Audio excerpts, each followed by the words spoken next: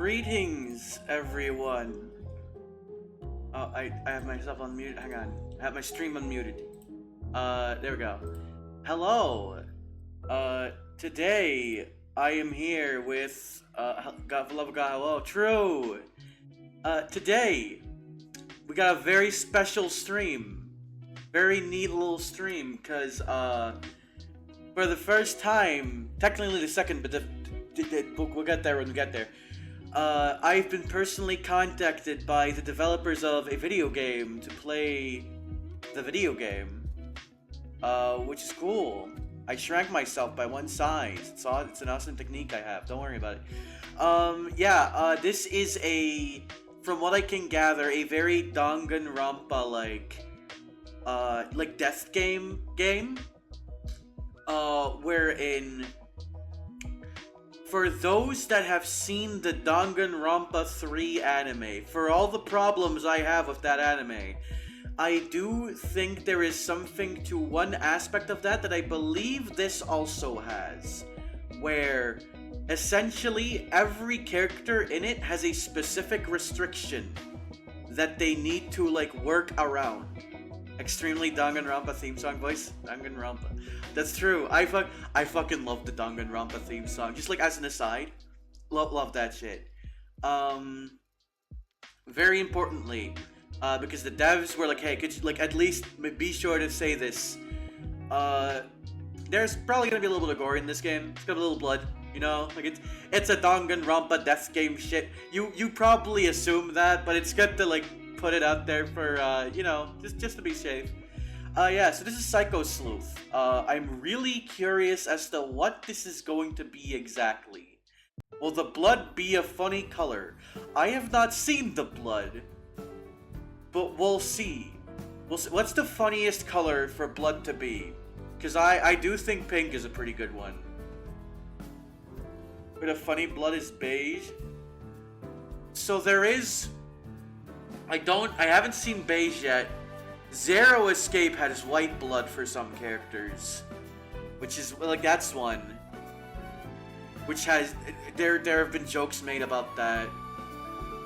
It's because it's cum. Haha, funny. Yeah, I'm very excited to see what this game is. It's eyebrow raised with Gmod scraping noise. Gmod is one of those things that it is responsible for so much, and it is interesting how it really is just a video game with an asterisk that is not really used as a video game ever, right? It's one of those things where people it's like how Miitopia, when that came out on the Switch, a lot of people bought that just to fuck around with the me me creation thing in that, right? Because the me creator was insane for some reason, that you could make anyone in that with fairly little effort, because those tools were just really goddamn good. But yeah, I'm very excited to hop into this. So fucking let's go, as the Mario says. There we are. We're on this screen, so now the game's booting up. Give that a second. Also, the reason I'm a little early. This is a pretty hefty demo.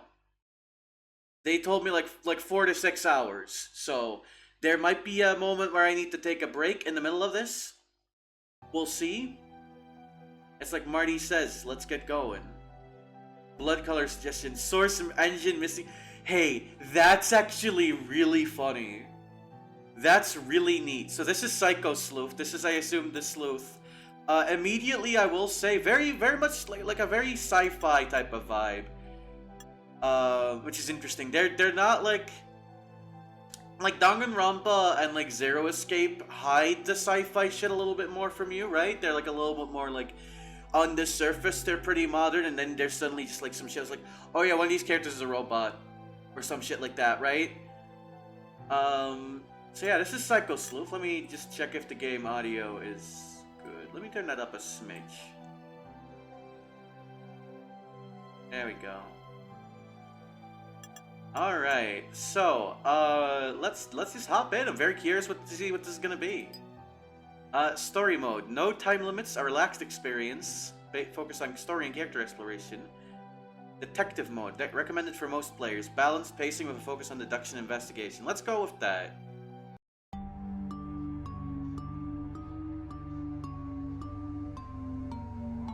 Oh shit. The name of mysterious religion known as the Logic Church suddenly rose to power. It spread with astonishing speed, drawing in countless fervent followers. This is a game from Taiwan, by the way. Even more enigmatic, the church unveiled an incomprehensible technology, one that powered a facility called the Sea Angel. This miracle energy required no fuel, produced no pollution, and defied all known science. Enticed by such limitless power, more and more cities and eventually entire nations aligned themselves with the Logic Church, falling under its growing influence. When the church became the dominant faith across the world, it issued invitations to a chosen few. They were summoned to the Grand Cathedral to take part in what was called the selection.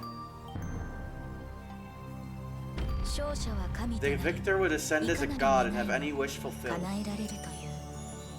Okay. Interesting. Very interesting. Oh, look at this! This city is home to the Logic Church headquarters and its Grand Cathedral with a population of several million. The text speed is a little slow. I'll have to see if I can increase that when we get the gameplay. Or like a screen where it seems like I can... Actually, can I do it here? Hang on, let me... Escape, maybe? Clue, characters, pathosync system. Let's do system. Settings. Is there text speed? There's not a text speed button. It's a little slow. Hang on, let me check something actually. When half its residents are followers of the Logic Church. Gore toggle spotted? Yeah. Okay, I can just skip it like that. So this is our guy. This is John Problems. Not Problems. That's the Homestuck. John Psycho-Sleuth. This is Lyle. Wow, would you look at that? Even I got an invitation. Seems Logic Church really can't do without me. John Problems. Alright, Lyle. Of course! Compared to you, other humans are nothing more than walking lumps of flesh. That one intentionally slowed down. Oh, that's a good face.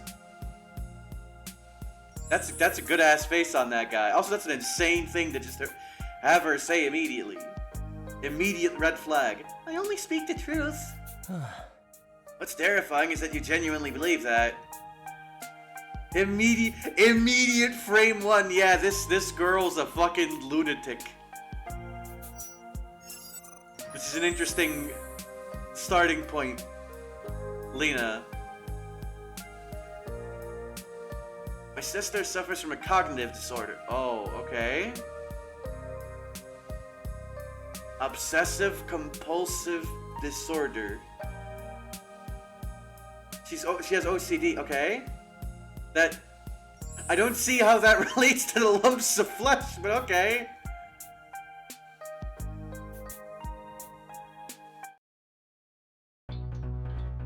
The condition where individuals feel compelled to perform certain behaviors. Content include excessive hand washing, content organization. Oh god. Why is it so fast? But for Lena, her compulsion only takes one form. What the fuck? She's incapable of lying. Okay. Please don't talk about this. Please don't talk about this. Please don't talk about. Okay. So she has OCD about lying and the truth, and she is very like. Okay. Is it just me, or do they suddenly get like a little blurrier?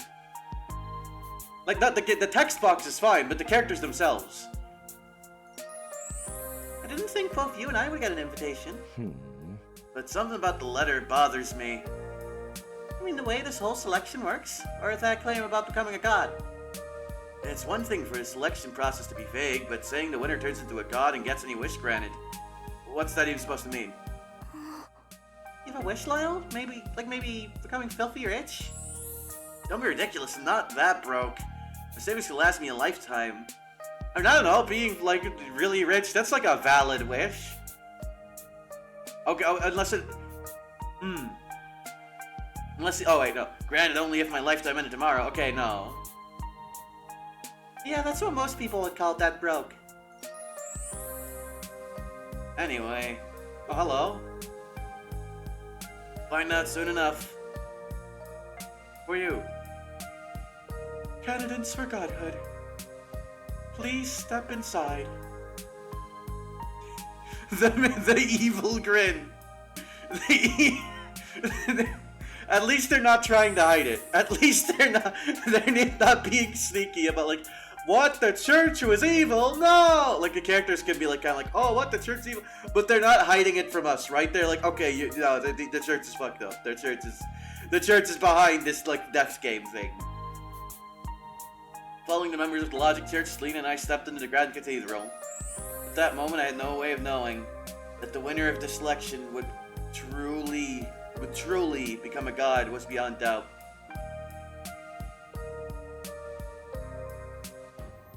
Chapter 1, The Killer is Me. You, for one, don't believe the Ecclesiarchy would ever engage in malicious behavior. Never, no, never. Where are we? What happened to the person who brought us in? She vanished the moment we stepped inside and locked the door behind us. This doesn't feel right. Well, before we talk to anyone else, we'd better investigate this room. Press WAS to move. Press Tab to collect the clues you need. Press Q to review the clues you've gathered. Oh, okay, like a slightly smoother transition would maybe be good. Okay. Okay, this is very Danganronpa, actually. It's like a little... Okay. So this is a little bit interesting, because we have to, like, move across the screen like that. Damn, that actually takes a minute. This is a big-ass room. Alright, we got the clues. Oh, I like this. This is a nice little screen. We got health, apparently. Okay, this is absolutely, like... You feel the influence. Okay, door. The door is firmly locked. Looks like we'll need a key to open it. Light switch in the room. If you turn it off, the entire chamber would be plunged into darkness.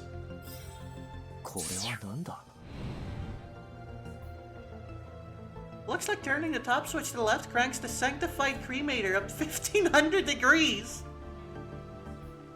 But I don't see any machinery here for grinding. A grinder? When a body is burned, most of it's destroyed, only the bones remain. The ashes aren't just what's left after burning. They're made by mechanically grinding the charred bones. Is that real? Is that actually how... Is that how that works? As expected of you, Lyle. You even know the details of how people get turned into ashes. That's worrying. That's real. What the fuck? That is such a red flag. I swear, every time you compliment me, it feels like you're actually making fun of me. How could I? I can only tell the truth. Still, I've heard plenty of people just vanish after joining the Logic Search. Seems this religion is hiding even more secrets than we thought. Okay. Hello. Are you a participant in this selection as well? Mind if I ask you why you're barefoot on your left foot? Look at his smile! Look at this dude's dopey little grin. Well, maybe they just don't want to talk to you. If you just tell me your name, I'll leave you alone. My name is Kizuna. I'm a member of the Church of Logic and a participant in this selection. Oh, okay. Hello, Kizuna. Oh, we just got to see you without your mask. Okay. Huh. May you comprehend all things. The God of Logic blesses you. Because the choices later are so awful, the unreasonable demands earlier don't seem so bad in comparison. Maybe the choices later are awful. What does that mean? You're so clever, Lyle. Is there like a... Hang on, is there like a log? There's not like a log function, I believe. Hang on, maybe there might be some here. Hang on. No, that's just the clues. Okay. What the fuck is Pathosync? Okay, I can't do that yet. Here we got the characters. We got blood types, we got interests. Watching movies, that's the weakness. It's interesting. Stabilizer. The logic cult mask given by the leader. Stabilizer, Lyle. Lena. Disorder. There's a disorder button? What do you mean there's a disorder button? Why is there a disorder button? Sorry, I was just completely caught off guard by that. What the? Okay. I guess we'll get to that when we get to it. She's singing over here. But who are you? Welcome, candidates for divinity. You have horns. Who are you? I am the arbitrator and host of this selection. You may call me the proxy saint. It doesn't say normal suits. I guess it doesn't. I guess that makes sense. I just did not expect the disorder tab on the character page. As you can see, I'm an android, being created solely for the purpose of this selection. I call yourself proxy saint. Where's the real leader? To take part in the selection, the former identity was set aside. Until it concludes, I alone represent. Wait. So the leader is... Okay. So the leader, from what I can gather here, is participating in the selection. Whoever this leader is. I assume it's the leader of the church. And this is like, they built this android as like a filler, like leader type figure. It seems to be the implication. Your mask kind of loaded in like half a second too late. That's actually an interesting... Okay, so that's a really interesting like little detail that like had to fade in, because it implies that this is not actually just part of the sprite, right? It's a separate sprite that had to load in, which is a really strange way to program that. I stole a glance at the mysterious person beside me. Could she be the leader of the Church of Logic? No one knows what the leader of Logic actually looks like. Does she look like you? That is classified. I cannot not disclose it. No, don't be like that. Just a tiny hint. Just a tip of the secret. That's all I'm asking. Improper intent detected. No further answer will be given. My brother's not indecent. He's just a little more pervy than the average guy. Oh, okay. Lena, calm down. That kind of defense only makes me look worse.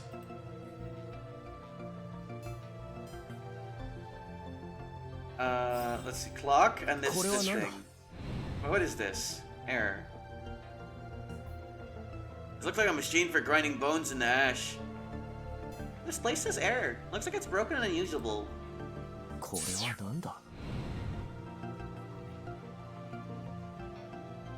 Current time is 11:15.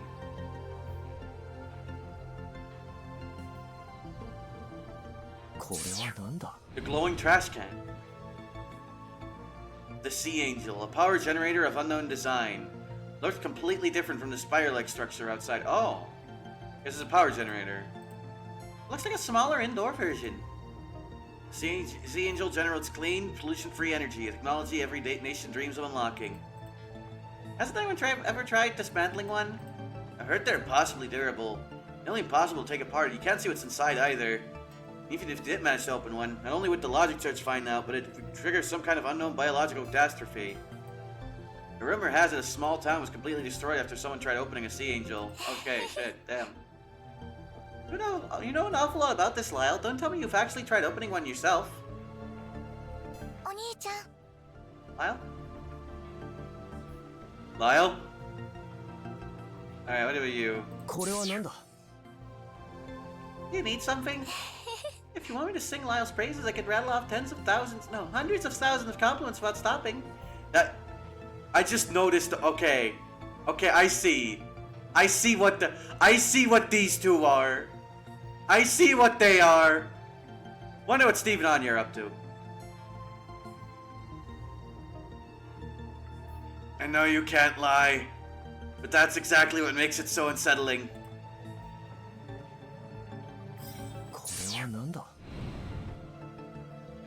It looks like this device shows how many people are still alive in this room.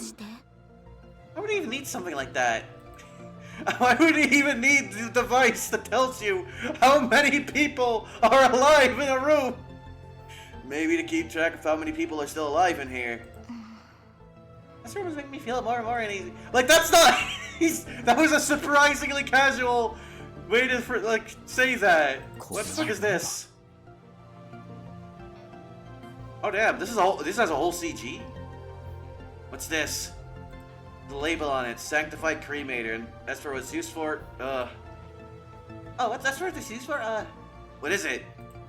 Description says use to burn sinners at the Logic Church. Requires 5 hours to cool down after use. Oh, damn. So it's basically a facility for burning people. Looks that way. So already, I think it's really interesting that the thing says there are 4 people alive in there, and one of them is an android. That's interesting. There might be a stealth person in here somewhere. A secret person that's not the android. I've played these types of games before. I'm on that shit. There's a button here. Should we press it and see what's inside? Wouldn't it be dangerous to open it? No, this button just opens the cremator's door. This one, the one that starts the fire, must be somewhere else. To fully grasp the layout of this room, it's probably best to open and take a look. Alright then. 1, 2, here we go. She is incapable of lying.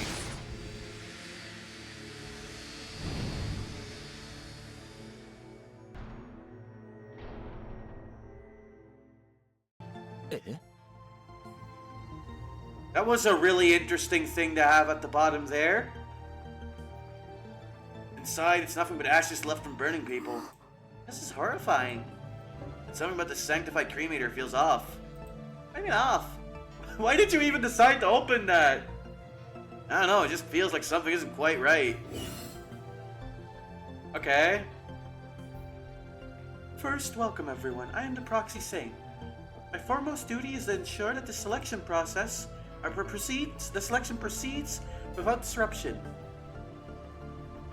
Take this electronic sculpture. Within it, you will find all manner of information. I've hidden the contestants' records within data chips scattered throughout the cathedral. It's up to you to uncover them. Okay. As the overseer of this selection, I will neither lie nor lend aid to anyone. Place your trust in my neutrality. Can the victor truly become a god? Yes, without question. Sounds doubtful. What does becoming a god even mean? You shall gain the power to bend the world to your will, and any wish you desire shall be granted. No word befits such an existent more than God. Maybe I should try to look at her words from another angle. The reach of the Logic Church extends across the world. With their backing, most wishes could really be granted. Believe me, there is a way to become a god. It's just that no one has uncovered it yet. What? Oh shit, I just noticed she has like 2 sets of arms. Look at that. Like, this is one, and then this is one, and then it's just 2 here. Once you grasp it, you'll see that the gods have always been among us. I'm a broken man. If you know the way to godhood, why not try it yourselves? Because it cannot be done. Unless it takes a form humans can comprehend, neither gods nor demons will ever descend. I don't know what you mean. Can you be clear? Also, that rhymed. Why did you rhyme? It was a funny, quirky bit I did. If I told you one could become a god without any cost, would you believe it? Humans are beings bound to cause and effect. Only through sacrifice can anything be gained. Interesting. Only with an offering will the gods descend. A sacrifice? Chill crept over me, and the Proxy Saint's next words confirmed my worst fear. I will now explain the rules of the selection. The process of selection takes the form of a game called Werewolf. Each round I will secretly appoint one participant as the werewolf. Werewolf must kill within the time limit while keeping their identity hidden and avoid being discovered. If the werewolf escapes suspicion and survives, they shall ascend as a god and have their wish fulfilled.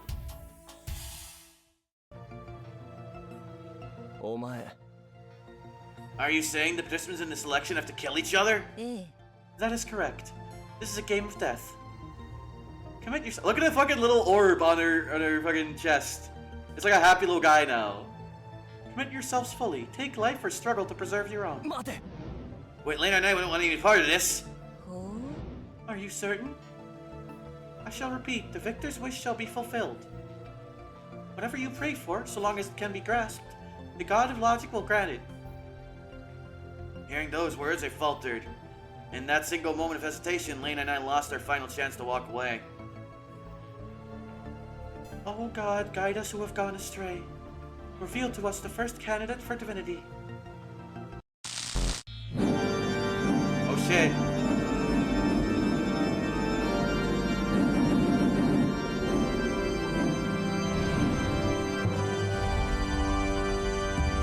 Villager Lyle. Okay, fuck it up on the organ, goddamn, yeah. The roles shall appear differently to each of you. Werewolf, claim your prey. Villagers, endure and strive to live. The first round of werewolf begins now. Suddenly chaos struck. The room was swallowed by darkness.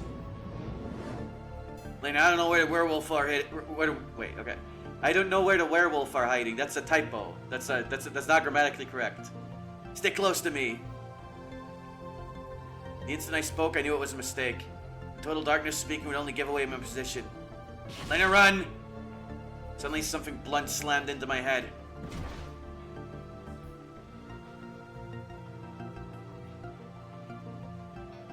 My vision blurred and into darkness. Memories of Lena and me began flashing before my eyes like a revolving lantern. That's a neat little effect. Apple! It all began with an apple. For as long as I can remember, my sister and I were raised in an orphanage. The orphanage was special. It only took in children with mental or cognitive disorders. Lena was diagnosed with obsessive compulsion disorder. I, on the other hand, was born with a condition called synesthesia. My synesthesia was severe, like an inescapable web of tangled sensations. When I hear a sound, I see colors. When I see colors, I taste flavors. When I taste flavors, I hear sounds. This cycle repeats endlessly, each sense triggering another. To me, an apple is never just an apple.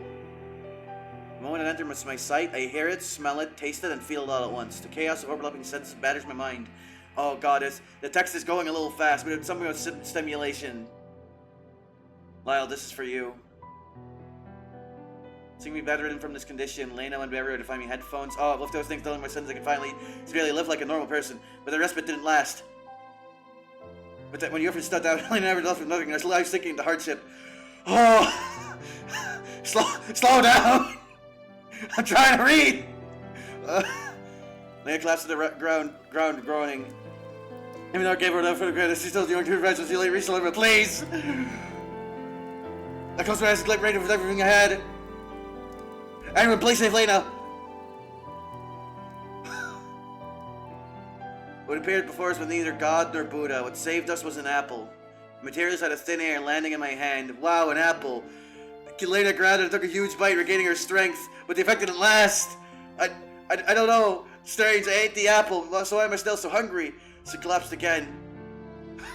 Like there's a one-time playback speed. I think if I increased it, I can only increase this. I shut my eyes once more and imagine. Oh God, yeah! I see another apple in my hand. I see. I can't slow it down. My senses are far after the noise of ordinary people. There's a dense visibility give me an understanding beyond ordinary people. Because I can grasp you that apple society. The things on your eyes are being nearly thing of soul. And I'm showing these minutes because you need others.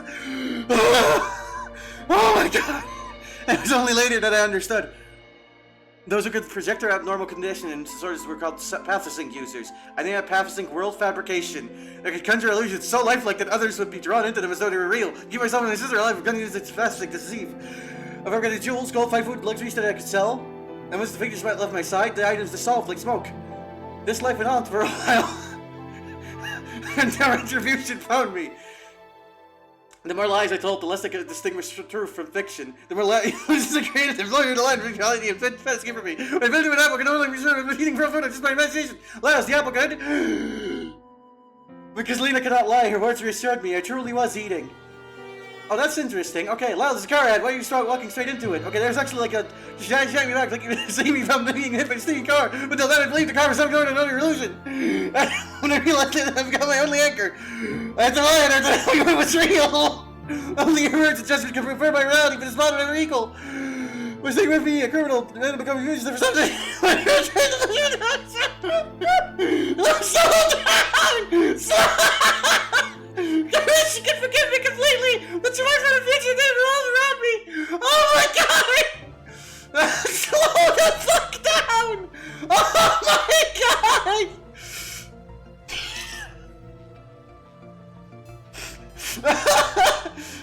Holy shit! Okay, okay. I'm feeling full of bees. Oh, thank you for following, Ollie. Oh shit, that's 125 followers. Damn, that's crazy. Thank you for following. Oh my god. Oh, my breath. Okay, it's really funny that one of the games these people pointed to when they were like, yeah, like you played this game. That's kind of like what we were doing. Was Shoot in Order, which had the exact opposite issue as this, where everything went way too fucking slow. Now, I'll say this, I would rather it be just fast, like it's this fast so I can at least kind of keep up with what they're saying. Actually, I don't know if I'd rather have that, but this is way too fucking fast. Like, if the devs are probably gonna see this, y'all need to slow that down. That is way too fast for me to read. And there does not seem to be an option in the system settings. It allows me to slow down that fucking speed. That was insane. That should have been like half the speed it went. Oh my god. Oh. Especially near the end there.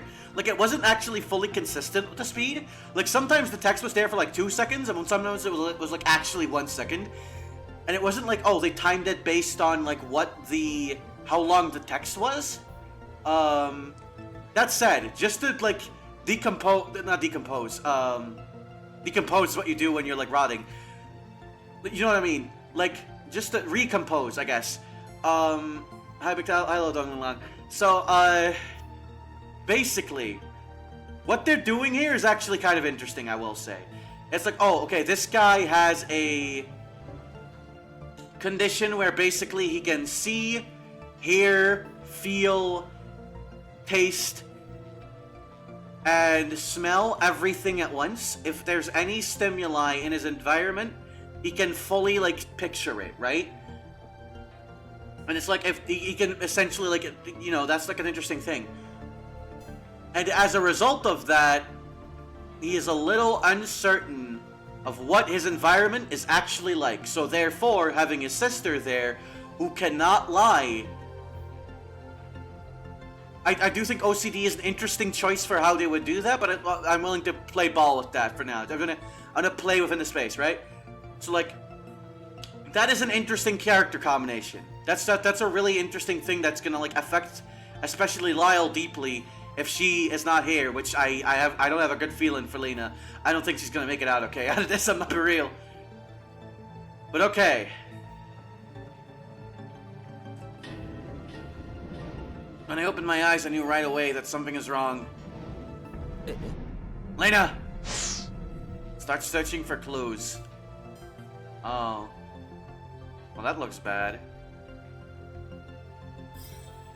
Yeah, we can't expect anything on this side. We can't talk to you. That's her hair.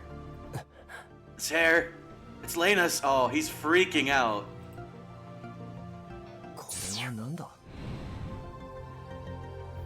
The mask Kizuna had been wearing is smeared with blood.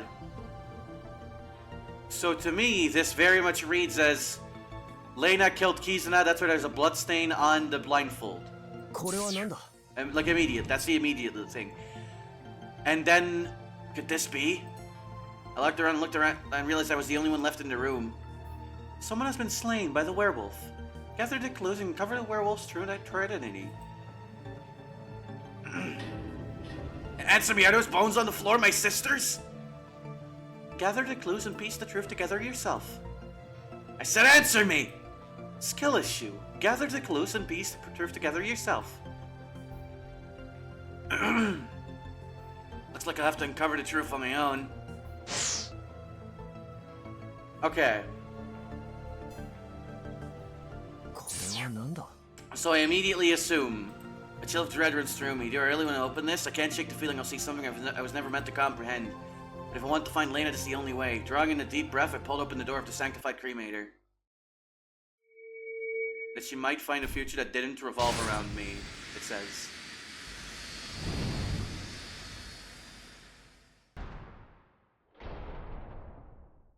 Oh, that's two halves of a body, it seems. That's interesting. Okay. Human bones are arranged in the shape of only the right half of a body. Why are the bones inside arranged exactly like the pattern on the floor? I don't want to believe it. Could it be? Everyone else is dead except me? No. Interesting that there's like this blurry shit going. Oh, look at that! Oh, I like this. Hang on, this I enjoy. Oh, it's gone. Oh man. Alright, the clock. Several hours have passed. Yeah, 6 hours have passed since I lost consciousness. That's crazy. As this is the first round, I shall provide you without cost a data chip containing vital information.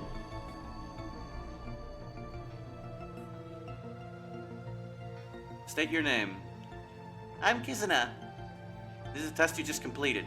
A, okay? Do you know what's wrong with you? I don't. Tell me, what am I holding? Pen. Then. Oh. Jesus. Do you even know where you're bleeding from? I don't know. It just hurts. So much. Even if I jammed this pen into your left eye, you'd probably react the same way. What are you talking about? Where did that pen just go? Oh, you suffer from hemispatial neglect, a disorder that distorts your perception. You can still see your left side and your left hand and foot move just fine, but none of it registers in your mind. So that's interesting because we just had to wipe away the blur on this side of the screen.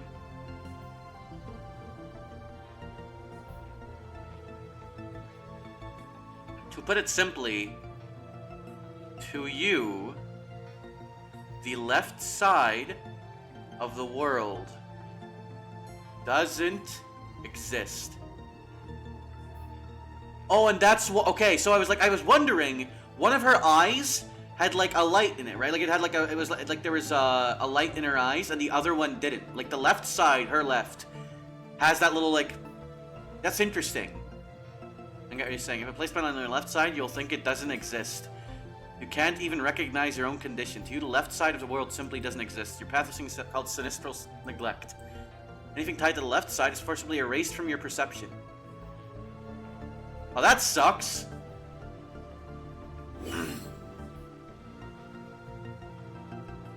Yeah, so this is interesting, right? Because the left side is all blurry and shit. Like, the right side is like a little blurry, and then the left side is like completely...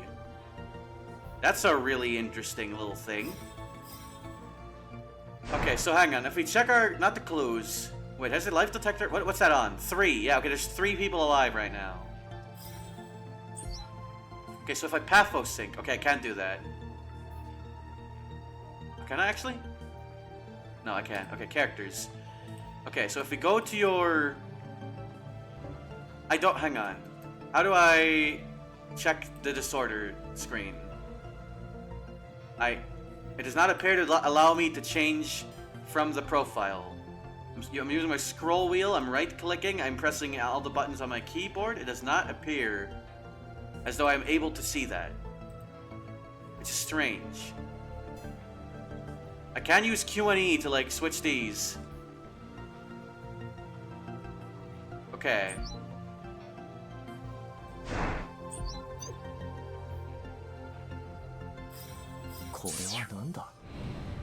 3.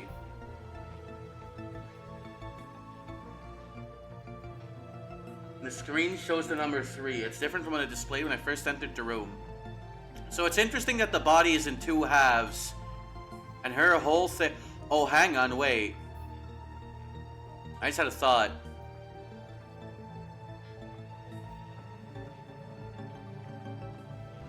Hang on.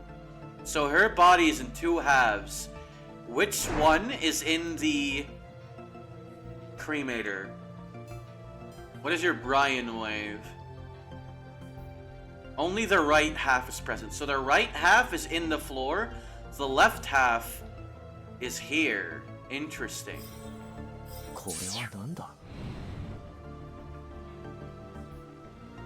The rotary switch only turns to the off position on the right. So how are we supposed to ignite the sanctified cremator? What the fuck are you? At last, the protagonist makes his entrance. Who are you? Don't tell me you've never heard of the world-famous detective. How ignorant. The name's Hyper. His name's Hyper? There's no mystery I can't unravel. To avoid disturbing the crime scene, I've appeared through a holographic projection from outside the room. Eustace, a little bit. He's got the little shitty cape and everything. The clues you just gathered? Proxy Saint related to me. Just by hearing them? Ever heard of the rocking chair detective? With my skill, all I need is the narrative to crack the case. So let's cut to the chase. You're the murderous werewolf. The situation has at least grown intense. Allow me to prepare a fitting stage for your battle. Wait, what? What the oh my god! Holy shit! What? We're in the JRPG battle screen! What is this? To notice well, your Pathosync world fabrication. Oh, okay. The holographic debate dimension, sure. Fascinating, fascinating. Even I outside the room have been pulled in. Reaching this Pathosync is far beyond anything I can manage. I've conjured an entire virtual world, dragging everyone into it. Have you heard of a battle waged in words? Their debates will take shape as tangible weapons. The loser will be forced to confess the hidden truth in their heart. I see, if my opponent is the werewolf, then by winning the debate, they'll inevitably admit it. The clues you can use in this battle. You can scroll through the clues using the mouse wheel. One of the enemy statements is wrong. Use the clues you hold to expose the lie. Each statement has a time limit.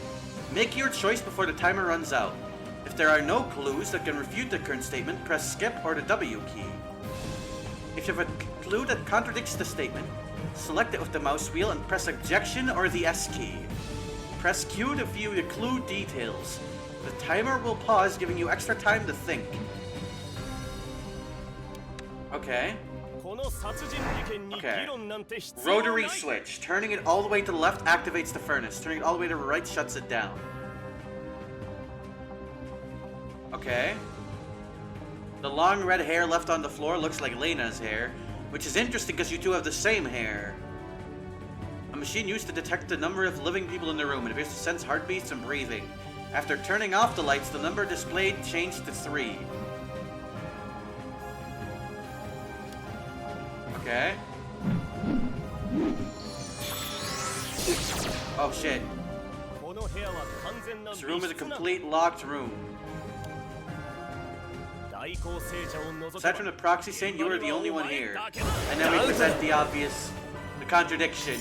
No, motherfucker, there were 3 people. 4 before, but now there's 3. The life detector is showing 3. That means there are 3 people still alive in this room. Impossible. Isn't it just you and the Proxy Saint in there? Could it be a malfunction? Or maybe it even counted the dead? I don't think so. I remember the number we saw before entering was 4. It's the tutorial. I'm willing to, you know, we play ball. Which means there were originally 4 people here. After 1 died, the number dropped to 3. 4 minus 1. 4 minus 1 is 3! Haha, not bad. You can do math. Did I just get complimented for basic subtraction? I've got proof the life detector is actually malfunctioning.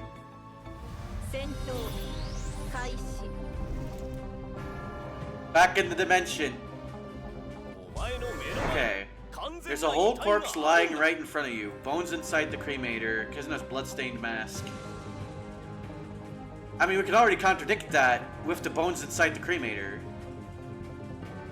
Oh shit, wait. Oh fuck. I didn't grab it in time. And another one inside the... No. Okay, so that's the one we needed to contradict, actually. No, these are two halves of one body. The body isn't whole. I don't know why, but these bones are arranged to form only the right side of the body. Ha ha ha! This is why I say ordinary people, unlike a great detective, are hopelessly foolish. You realize you just insulted everyone, right? This is how red zone of YouTubers visualize debates. I like how you can say that about any game like this. Like, you can also say it about Danganronpa and, like, the Ace Attorney and stuff, right? Like, they also do that shit. What is the bones in front of you? What is the bones in front of you? The ones in the sanctified cremate. They're both the right half of a body. Doesn't that prove that there were two victims? No. Danganronpa's less Ransona debates and more call-out channels, you think? No, you're actually right. You're actually kind of right about that. That's just how they've been arranged. These remains aren't complete. The right hand and foot and are nothing more than shapes pieced together from those fragments. You can't tell left from right with scraps like these. Judging by the total amount, it's no more than enough for a single person. Then maybe some of the bones are reduced to ash. No, the bone ash grinder is broken. In this room, there's no way the bones could have been turned to ash. Which makes the answer obvious. Only one person died here. The life detector wasn't malfunctioning. Your conclusion matches mine. I thought the same. Are you actually a famous detective? And here's the real question. Why are you the only one left in the room? I was unconscious for 6 whole hours. Maybe someone came and went during that time. No. Since you and Elena entered, no one else has come in or out. So this place is a perfect locked room. Then there's one other possibility. Proxy Saint did something. No, I did nothing. I believe you. You believed her a little too fast, don't you think? She's an android. How could she possibly lie? How could the robot possibly ever lie? As expected of a brilliant detective, your conclusion is precise and unerring. Didn't she literally just tell the biggest lie possible? For those 6 hours, I simply stood here and did nothing. Trust in my neutrality, I'm not the killer. I like the emoting little, like, thing. Like, the expressions are very, like, stagnant, but there's, like, a little fucking, like, orb that emotes. How could I, robot, ever lie? I wonder where Will Smith is right now. Which means the killer can only be you, Lyle. I'm not the killer. That's what every killer says. The moment the lights went out, I was struck and knocked out cold by a blunt object. At last, you've slipped up, killer. Where in this room would a blunt object... Fuck. Where in this room would a blunt object even come from? You're right, there isn't a blunt object in this room. If one had been used, it would have left blood stains or impact marks, but there's nothing like that here. No, a blunt object can be created. If this blood-stained mask is combined with something, it can serve as a blunt weapon. What? What could it be combined with? Hair? The clock?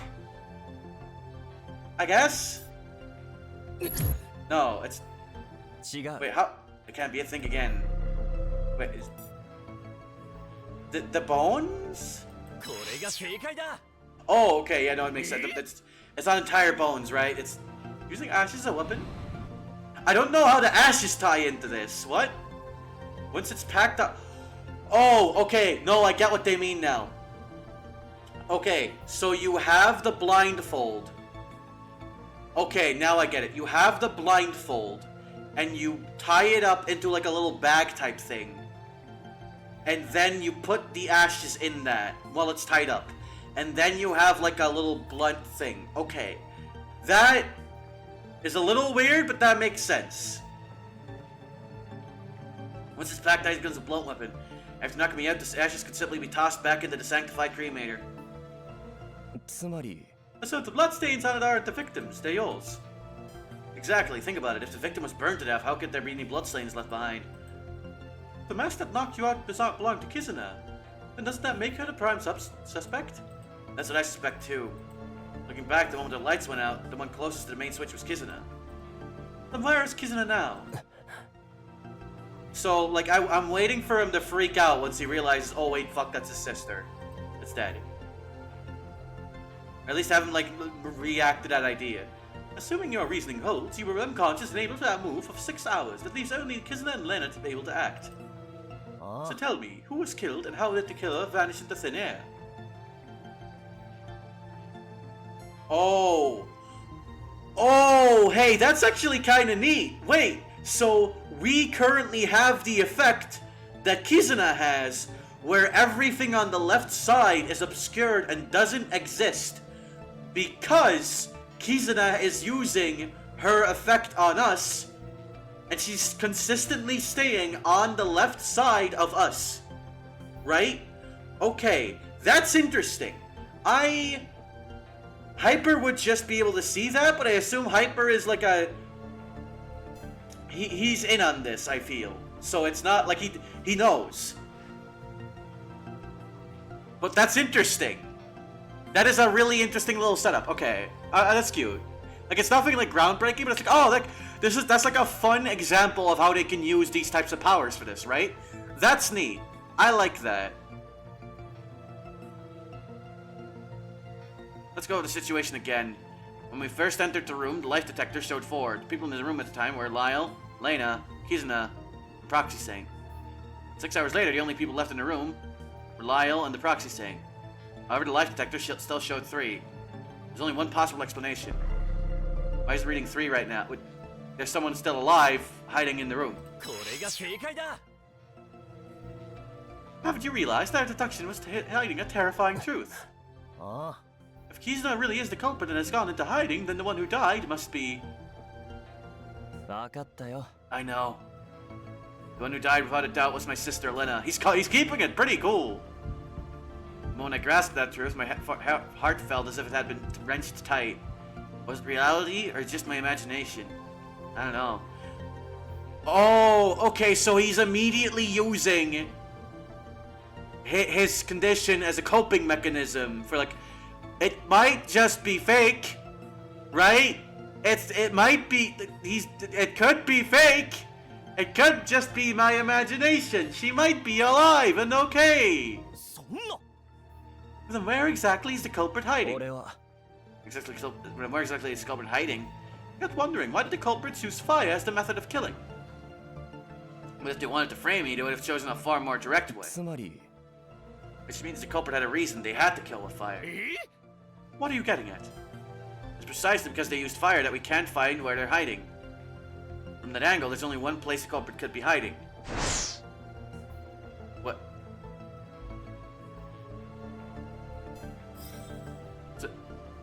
Wait, what the fuck is it? Why can't I interact with that? Okay. Oh, point out where the culprit is hiding. No, it can't be here. We got that thing. Got the door. Well, it can't be here, right? Cause wait, how are they hiding in there then? Culprit is hiding inside the sanctified cremator. Good lord, such a ridiculous deduction is making me, a brilliant detective, feel faint. Are they hiding in the ashes? Is that what they're doing?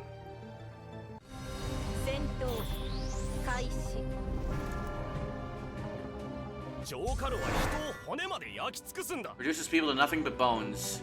An openable door, rotary switch, bones on the floor. Rotary switch.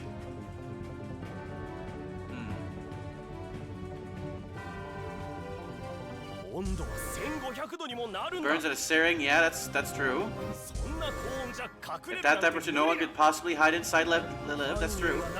They'd be dead too. No, because the rotary switch. Oh. Not the game! Oh no! Okay. Unopenable door, bones on the floor, 6 hours are conscious. Fuck, I forgot to skip. It is interesting that you need to, like, consciously make that choice to skip. No, that's not it. Wait. Huh? I called him to be dead too.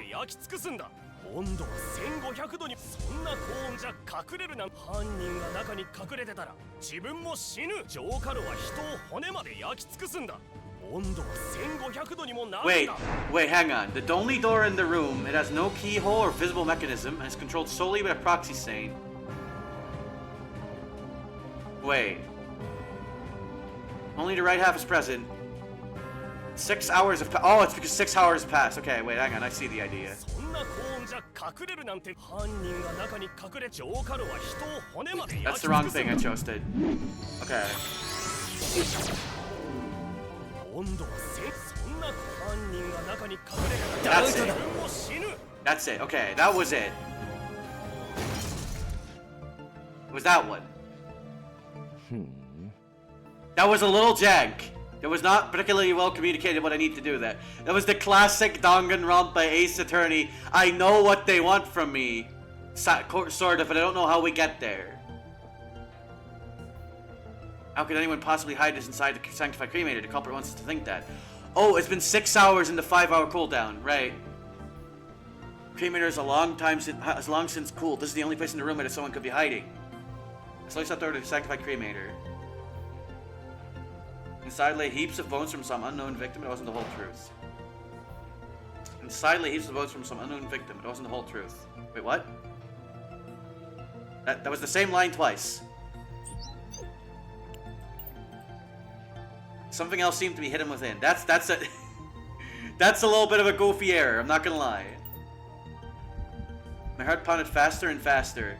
What if Kizuna really is the culprit? What then? Oh. Proxy say, may I ask something? What is it? If someone isn't identified as a werewolf, can they still commit murder? They can, but even if they kill, they gain nothing.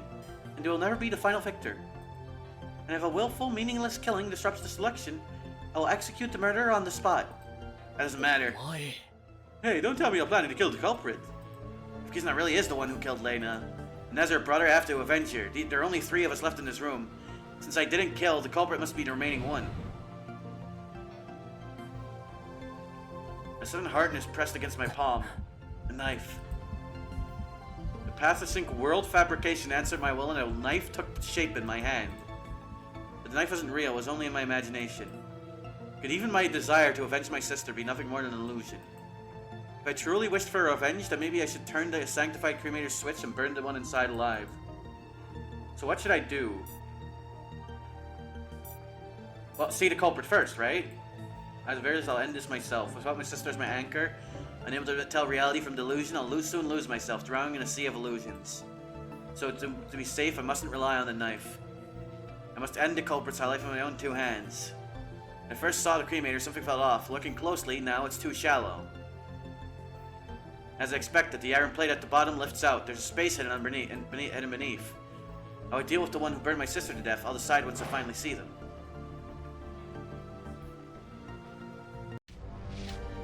That's interesting. Okay, it wasn't Kizuna. Could this be another illusion I created? Okay, wait, so how does the left side thing tie into this then? Is the interesting thing. Kyle? The moment I heard Lena's voice from within my arms, I knew without doubt. The one before me truly was my sister. Thank God you're alive. Lena, you didn't die.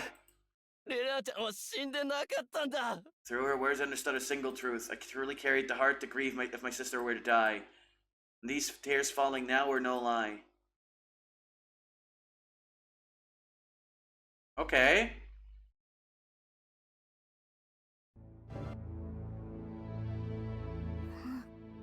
Lyle, are you alright? Why do you look so sad? I thought you were already... Lyle, don't cry. It's alive, there's no need to cry. Lena gently patted my back, the warmth of her hand slowly calmed me down. Sorry to intrude on your touching reunion, but now the conclusion should be obvious. The one who died was Kizuna, and Lena is the werewolf who killed.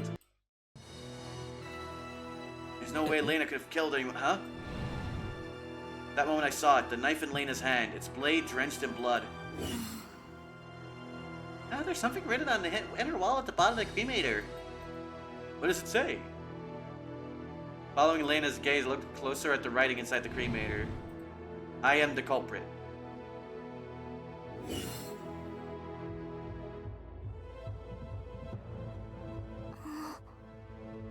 This is my handwriting? Huh? Did I write this?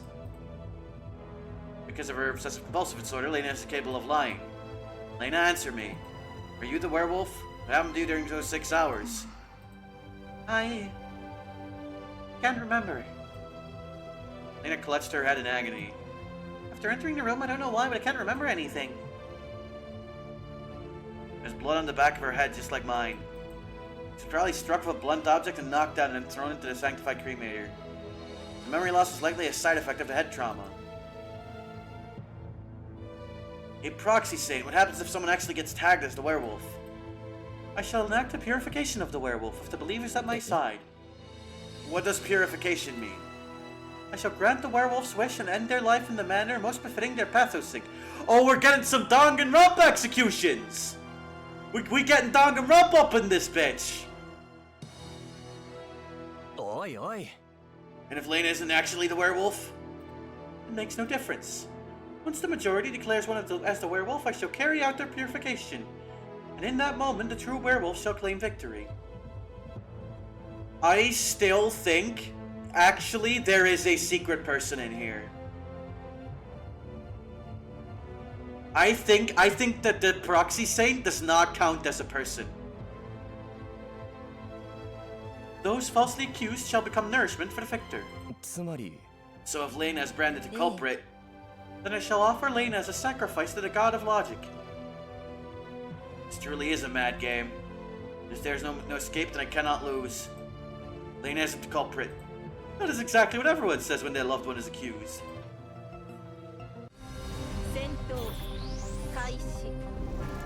Okay, there's something interesting going on here. The victim was burned alive. Their conscious for 6 hours, completely inactive the whole time. Okay, only clock. The knife. Accusing us past.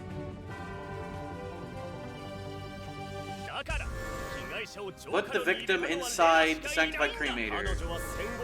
To mercilessly reduce the victim to bone ash. The victim was burned alive. Well, no, because there's the knife. Okay, that's not it. Is the next statement then? It's not that, okay. Okay, the victim... Is it just the first one? No way, it's just the first one. It's just the first one. Oh, okay. So this is an actual issue, right? It's doing that thing where you have 3 statements that all basically say Lena burned the victim. And I need to choose the correct one that is saying the same thing in order to be like, no, it's not that. Neither Lena nor I have knife wounds. If the victim was really burnt to death, then how do you explain the blood on the knife? That's true. If someone was burned first and stabbed afterward, there wouldn't be any blood on the blade. The blood on that knife is in a small amount, which means the victim was stabbed to death before being burned. There's also the fact that, like, it says she's the killer, it doesn't say she's the werewolf, right? There's a difference. She could have killed Kizuna because she thought she was the werewolf or something, right? There's like that type of possibility. So, you're saying Lena stabbed Kizuna to death, then tossed her body into the sanctified cremator. I told you Lena's not the culprit. She can't lie. And don't forget the dying message she left behind. She wrote, I am the culprit. Don't forget your own deduction. There are only 3 people alive in this room. Excluding the proxy saint, if you're not the culprit, then the only one left is Lena. Am I the werewolf? Lena, don't say anything yet. Because Lena cannot lie. If all the evidence points to her, she would have admit it outright, even without a debate battle. So it's settled. Lena is the werewolf. Prepare to commence purification. Wait, just give me a little more time. Stop struggling. There's no other possibility. Or are you trying to claim there's some third culprit besides you two? A third person? At that moment, Hyper's words sparked a revelation. We'd been wrong from the very beginning. Proxy saying, what is it? How does the life detector determine how many people are alive in the room? It measures heartbeats and breathing to make its count. Hey! Alright, I got that. Then, would an android like you be counted? Yeah. No. As I stated from the beginning, I'm an android, not a living being. Huh? Wait, if that's true, then... When we entered the room, the life detector showed the number 4. I always thought it meant me, Lena, Kizuna, and Proxy Saint. 4 people, but that wasn't the case. Since Proxy Saint doesn't count, then... When Lena and I entered the room, besides Kizuna, there was an unidentified X hiding inside. Interesting. And they framed Lena by writing that, perhaps? Maybe? This is like, I will say, this is an interesting setup for the case. I think, like, some of the execution is a little rough, but there's something interesting going on here. Which is at least, like, I'll give it that for, like, a first mystery to solve. That's something.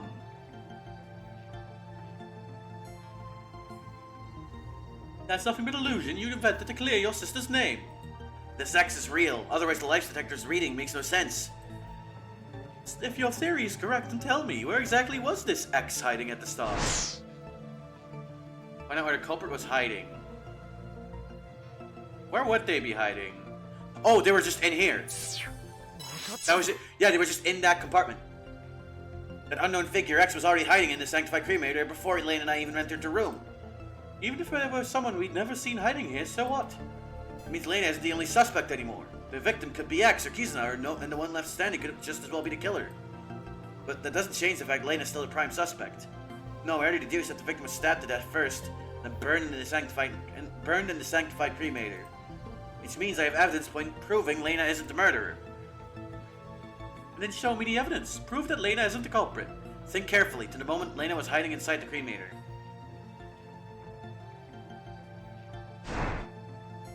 Select a clue that clears Lena of using the knife. The knife's position is interesting here. That is... okay, that's not... Wait, that's not it. Oh, it's this! It's the writing. No, is this the knife itself? No, it can be here. Wait. It clears her of using the knife.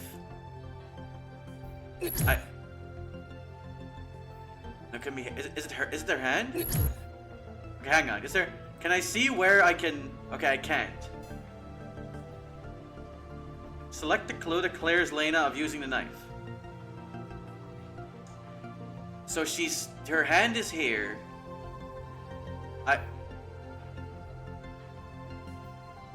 What, the button or something?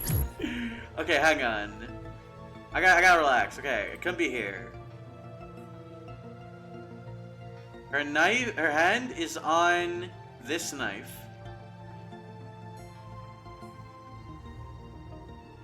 This doesn't have blood on it, which is interesting. But that's not it, clearly.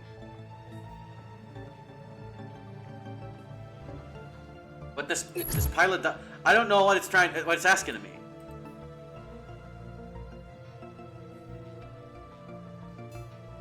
What? Oh, I guess her face? If Lena had killed with a knife, her clothes would be soaked in blood. No way they'd be... Sure. Okay. So you're saying Kizuna, this X, killed the victim and framed Lena. I don't necessarily think that stabbing someone with a knife means you always get covered in the blood. But okay. Sure. Exactly. Then how do you explain the dying message inside the sanctified cremator? Wasn't it written by Lena herself, the one who cannot lie? There's something else that bothers me. If the victim was already killed with a knife, why burn the body afterward? Like, that message was obviously written before the stabbing, right? Because there's no blood. Like, else there would probably be like a little bit of blood on that. Because there's still so much blood on the knife. Use the fire as cover to hide the space beneath the cremator and frame me as a murderer. Beyond that, there has to be a deeper motive. Like you said, the killer had a specific reason to burn with fire. How did the killer use the sanctified cremator to cover up the body, the blood evidence? Hide a clean set of clothes. Commit the murder while wearing the victim's clothes. Use the cremator's fire to dry the blood stains on their own clothes. What?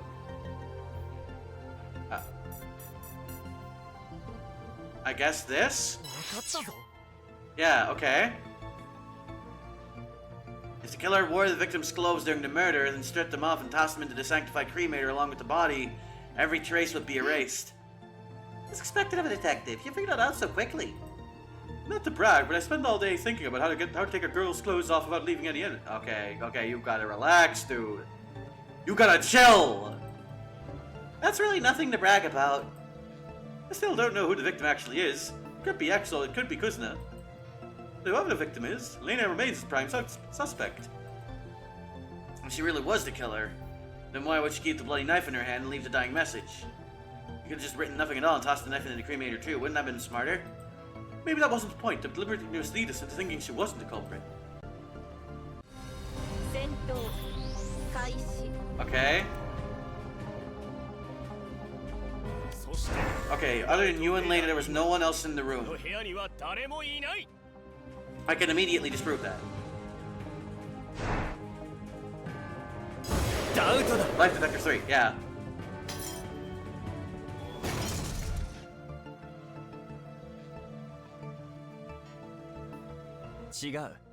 No. Why are we only realizing this now? We've gotten something crucially wrong. From both the total amount of bones and the life detector's rating, there's only one victim. If the proxy stain doesn't count as a person, then the current number on the life detector the current number on the life detector makes no sense. The detector shows 3, but aside from me and Lyle, there's no third person here. Someone else is hiding here. That's impossible. There's no one left in this room to hide. No, for some things have changed compared to before we entered. What things? The reason we didn't notice anything strange is because we subconsciously assumed that this world is exactly as it should be. My senses are sharper than most. Deep down I knew something was off. Proxy Saint, I have one question. Do all the participants in this selection share a common trait? Yes, they all suffer from sort of mental disorder or cognitive impairment. And those abnormalities can affect others. So that means the participants in this death game are all pathosync users. The fourth person might be the victim. Kizuna is the killer. That's it. That's it. That explains why the left side of my vision is still like that. Participants in this death game are all pathosync users? Correct. I finally understand. Think about it, ever since I came to, I've been trapped inside someone's pathosync. Perception right now is normal. Then what exactly has changed? Select what has changed? I mean, there's a couple of things. The blindfold? Can I not? Oh. Okay, well, this thing. I can't select those things. The clock. And, I guess this? Yeah. Aren't these objects just how they're supposed to be? That's the terrifying thing about pathosync users. Because they've always lived with a distorted perception. They believe the world has always been that way. Just how I can create illusions nearly indistinguishable from reality. A pathosync user can drag everyone around them into that warped perception, trapping others in the twisted version of the world. And their twisted version of the world. And the worst part, the people under that influence don't even realize their own logic has already been corrupted. But tell me, what exactly is wrong with these objects? What's missing from these objects? Left side. Wait. Anything that can be defined as the left is being erased from our perception. That's why the left half of the clock, switch, and life detector are gone. What? That doesn't make... What? Maybe the left side is gone. We haven't seen that. Whose pathosync are we on? I just noticed because the left side of our vision is blurry. I think that is a really weird way to do that rationalization. I think it literally should just be like what has changed, and then it just has the question of like what has changed, right? It's the 3 questions thing, and it's like my left vision is like blurry or whatever the fuck. Like, I don't know. That's a really weird way to do that. Kizuna. Whatever. Do you have any evidence to back up this theory? Can I erase the left side of the world? He's not fast. One last question. The moment Hyper asked, I began reconstructing in my mind how the culprit committed a crime after entering the room.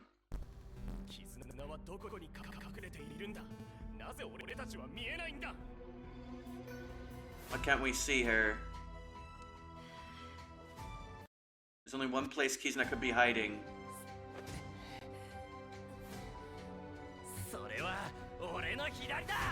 That's to my left. Oh shit! Okay, that's pretty cool. That's pretty tight. The one who died was X. And Kizuna, you're the one who killed her. We're assuming that it's a woman. For the sake of debate, you're the real werewolf.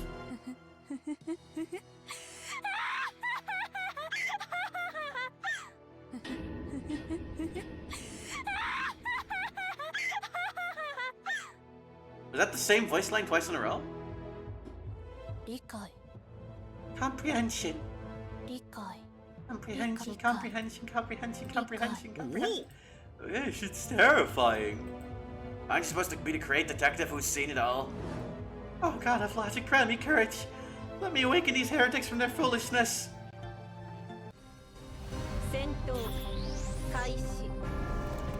Okay.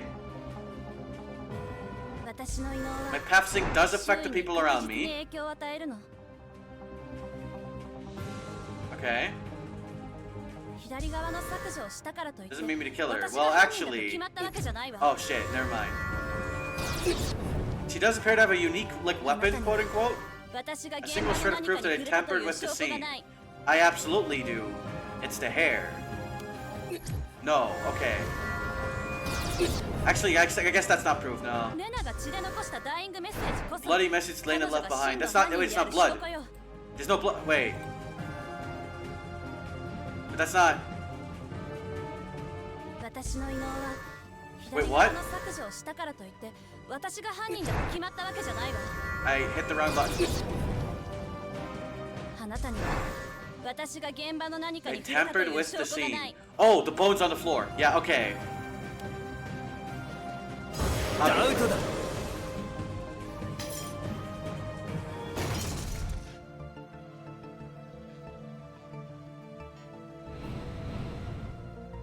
There's the bones in front of me, the ones inside the sanctified cremator. They're all arranged on the right side only. First, I thought you were trying to trick us into believing the two people had died, but that's not it. Because you lacked the very concept of the left side, that was the only way you could arrange them. Maybe Lena only did that to frame me. She's got a point. If you're not the killer, then why use your pathfising to mess with us? Sometimes I just can't control it. Don't you ever lose control too? Why were you always lurking around me, and just now, when you raised that knife, were you really trying to kill me? I wasn't hiding. I've been right beside you this whole time. You just never noticed. As for the knife, the only reason because you kept calling me the killer. I just wanted to scare you. You a damn liar. Or you call me a liar. Maybe ask yourself why you keep ignoring the truth. Your sister wrote I am the culprit of her own hand. Why do you keep pretending that clue doesn't exist?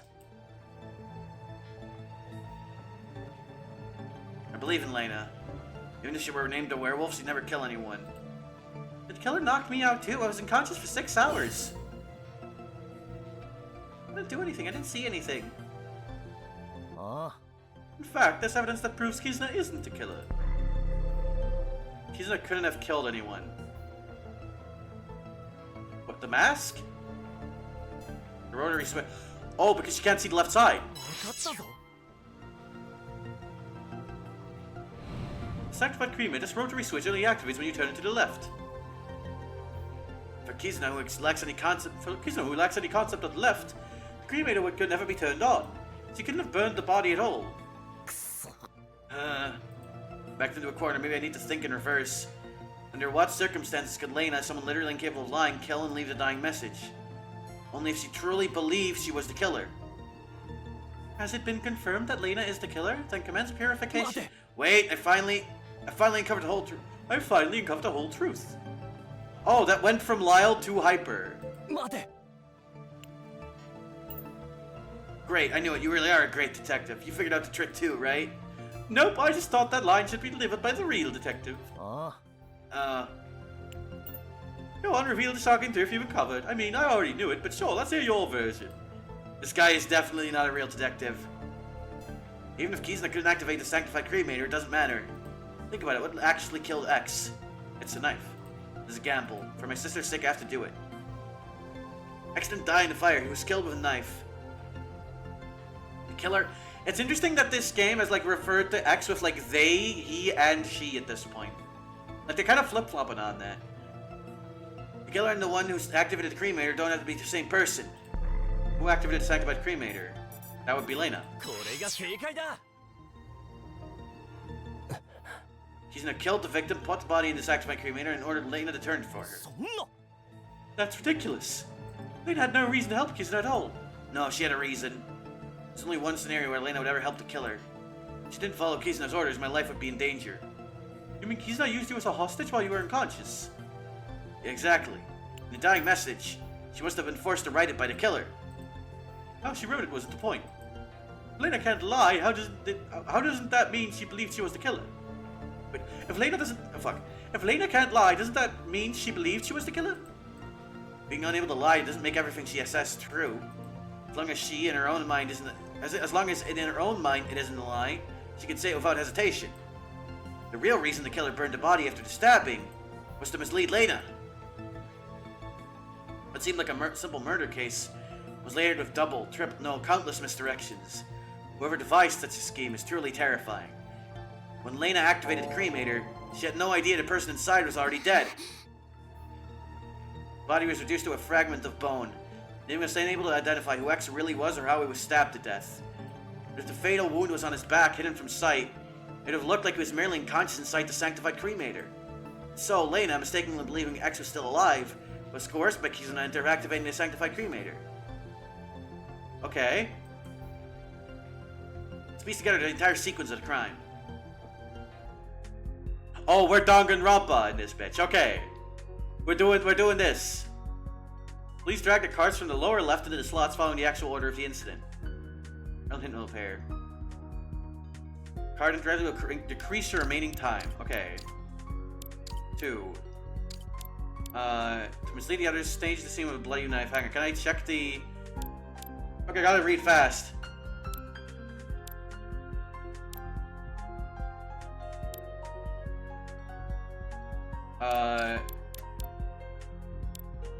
This is 2.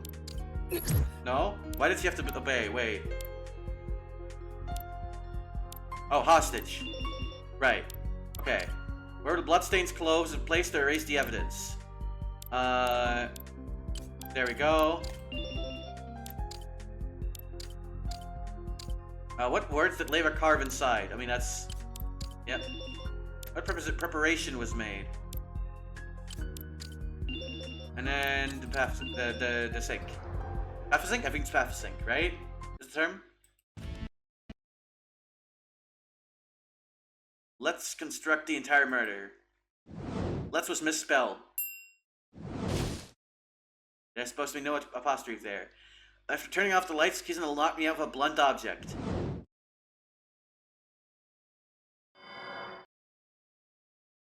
I do like this little art style they got for this.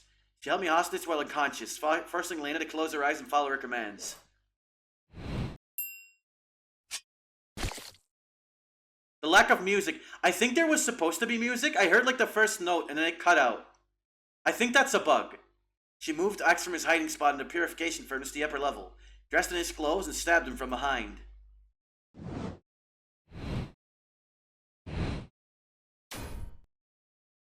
She removed the bloody clothes and hid him under X's corpse.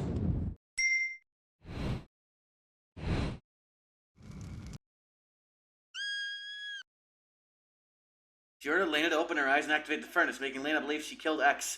The lack of music is really taking away from the dramaticness of the scene. Alright, there we go. After the furnace cooled, she forced Lena to write the bloody message inside the lower chamber. She knocked Lena unconscious and concealed her in the furnace's lower level. Why was there no blood on the right... whatever.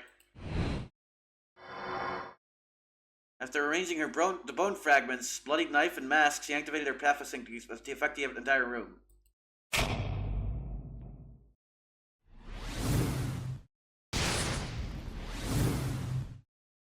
That is a cool effect. Case complete. I see now. If that's how it went, then yes, Kizna could very well be the culprit.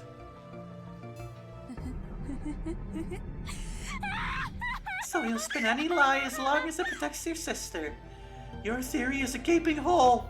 Lena's memory loss was just an accident. Without it, the moment she woke up, she would have spilled everything. If I really were to kill her, I'd have silenced her too. I wouldn't have left her the chance to talk. All it takes is making a promise to Lena. From the way the killer acted, it's obvious they knew about Lena's obsessive-compulsive disorder. So if they made her promise not to say a word, then when she woke up, that promise itself would have kept her from revealing the truth. Oh, no, that makes sense, because then, okay. Well, okay, I see what they're trying to do here. I would have definitely rephrased this. I think in general, the translation for this game and the English, like this, because this could use like a second pass to like rephrase and reframe some stuff. I think. That's definitely like a criticism I have of this game. Now, of course, it's just a demo. Like this is the type of stuff where I'm like, yeah. If they watch this stream, I hope they take this advice and like take it to heart, because there is some issues here. There's potential in this game. They're already doing some cool shit here, but the execution is off in places, and it's very like it's really like taking away from what could be a really cool and interesting first little case with this like setting, with like these powers and shit. But regardless, she spoke her truth. That would mean breaking her promise, and that would be a lie. Pathosync users are aberrations. They can distort the perception of others, but at the same time, they're bound by the very rules of their own afflictions. And that is the weakness we can exploit to turn the tables. Even if it takes you a huge step back and accept your whole analysis, I think the suspicion still isn't clear. She could have followed every step you described and carried out the crime herself. Saga. No, you're the killer. Where's the proof? Show me the evidence that I'm the killer. Why don't you just deactivate your pathosync?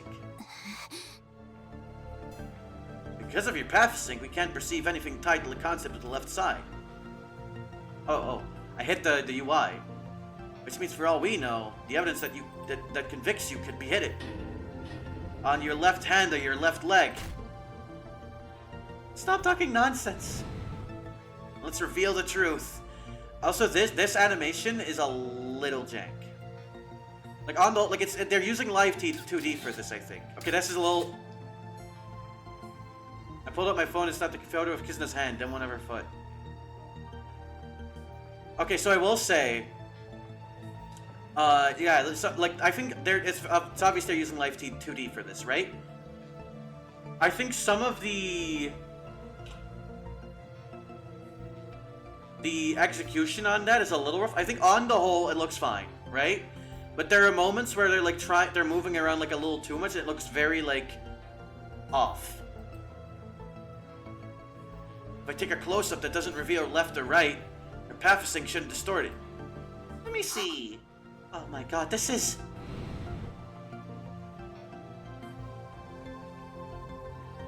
Huh? What did you see? Lena, you're the one who can't lie. Deliver the final blow to the killer. Photo shows hands and feet smeared with ashes and blood. I'm not the killer. Lena's the one lying. I have OCD. I literally cannot lie. Is there really something on my left hand and left foot? Oh. Yeah, my left hand and left foot.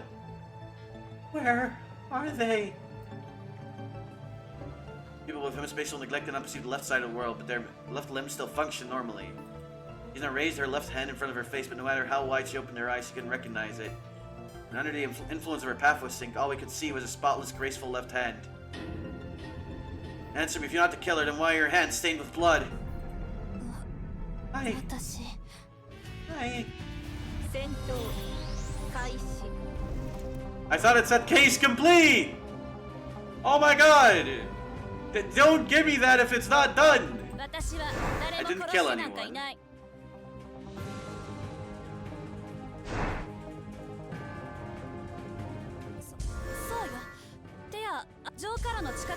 got too close to the sanctified cremator. It was just now, while you were all unconscious. Well, that doesn't... Fucked out. I accidentally selected the wrong one. Oh well. No, it's the testimony. Oh fuck, that was not the right statement. I tried to press the statement I was just trying to press. Okay.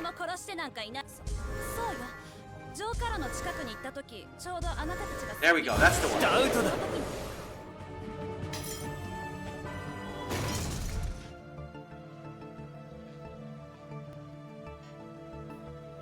There's only one answer.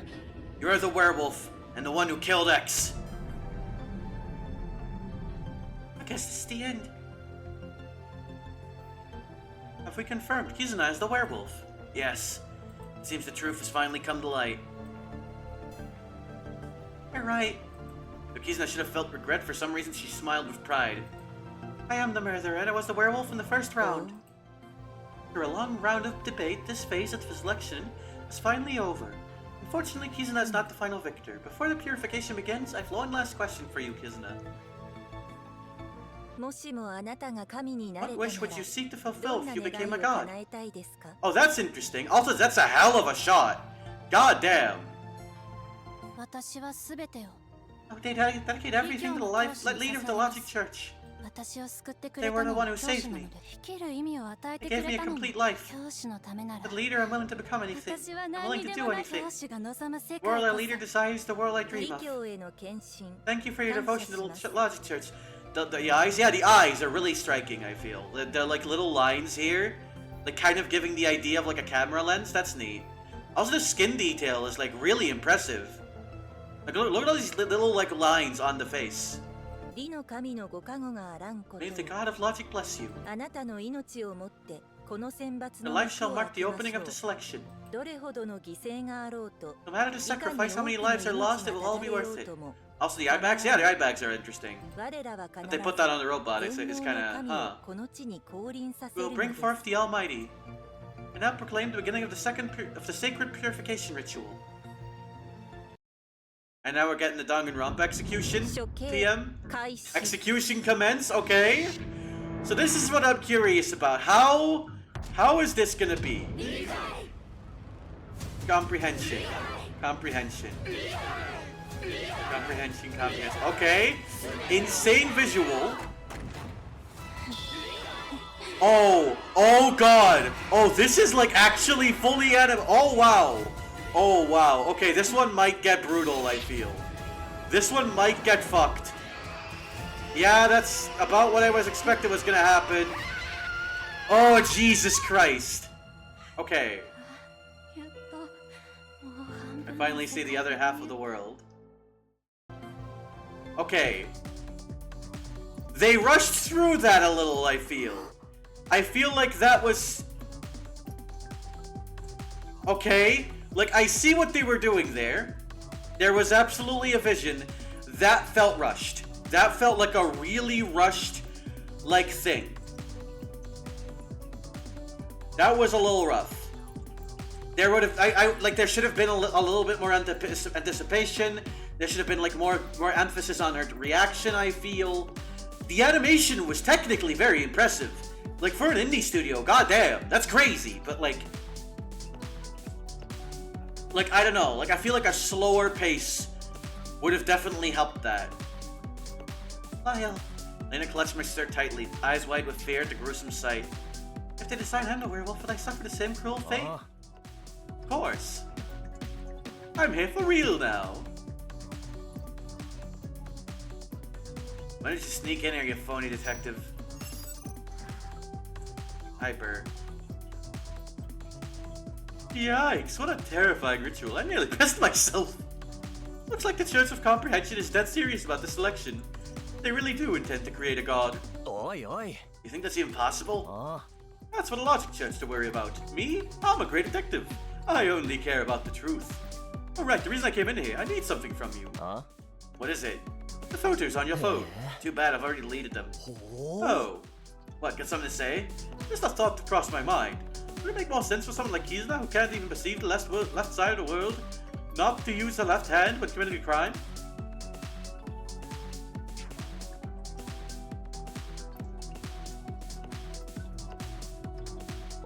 What exactly are you getting at? It's true Kizuna might have gotten blood and ash on herself in this struggle, but it's just as possible as that, exactly as we saw, there was nothing at all on her left hand or foot. That's impossible. You heard what Lena said she saw in the photo. To save your sister, you could have used your path-to-sync world fabrication to fabricate a fake photo. But that's a possibility too, isn't it? That's a possibility too. Okay, that's... They accidentally had the same dialogue and did... Okay, the same line and did twice.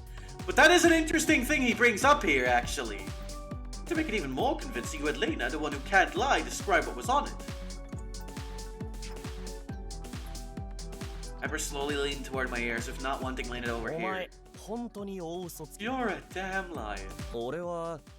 I didn't lie. At this point, no one really knows what the truth is anymore. That's fine. This round was just a warm-up. Now the real death game for Path-to-Sync users begins. See our wishes fulfilled. Let's tear each other apart. Path-to-Sync against Path-to-Sync.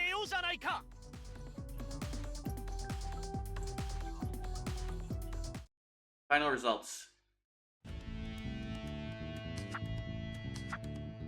Villager Wolf. 22 wrong answers, 0 deaths. D. Damn. Chapter complete. Okay. Chapter 2, Limb Severance. So, I've given this game like over an hour and a half, I would say. I think there is absolutely something here. Oh, here's like our assorted cast, I guess. So here's the thing. Here's where I'm at. So, like, this game has a lot of really interesting shit in it. I think it suffers a lot from the execution. And I have a lot of problems with this already. And they did tell me, hey, could you check out the demo? The whole thing is like 5 to 6 hours long. And I don't think I want to stream 5 to 6 hours of this. Maybe at some point, if they like manage to address a lot of the issues I have with this game, I would be more willing to give it another go. But like so far, there are definitely things about this that like impress me, right? There's definitely some concepts and like some ideas and stuff that are like really cool. But for now, I think I'm going to leave this game here. Now that said, I'm not ending stream. Because I was originally going to stream Small Saga today. And I still got some time. I got time. So, we're moving to Small Saga. We're gonna just move on to Small Saga. This game has some cool shit going on. I really appreciate the devs reaching out to me. Like, genuine props to, like, the shit they've been doing that's cool in this game. But also, I hope they take a lot of my criticisms to heart. I think this game has a lot of potential. There is, like, talent in here very clearly. I hope they just tool... Like, I hope, like, they said they're gunning for, like, a 2026 release date. I think like early 2026. I believe like it was like I think it was like April or something. Was that what they said? I think they should delay this game maybe and like touch up some of the stuff I addressed. And especially like going forward, keep a lot of that in mind. Now maybe this second trial didn't have like I say trial. The second like case didn't have these issues as bad, but these are at least big issues I have with the first case that make me not as intent on also seeing the second. Cool ideas, cool concepts, some execution that's neat. Again, that like the animations in some moments are like, holy shit, that's really impressively done. It's just going a little too fast for its own good in those moments, and also the text in some of those are like... There was that one moment where it's like fucking short of breath trying to read was just being said on screen. That was crazy. But there's cool shit. I like the concept of this for a first case, right? That was a neat little concept. But for now, Let me change categories to Small Saga. The end of Mouse Berserk. Small Saga. Finale. There we go. Alright.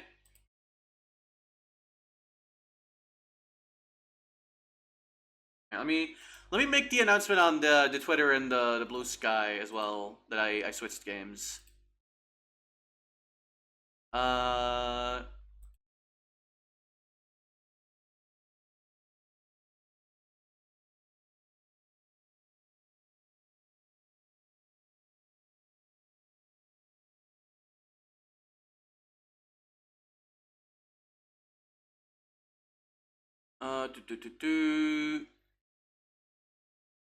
just have to breath cycle, but like there was a lot of really neat shit in this presentation, right?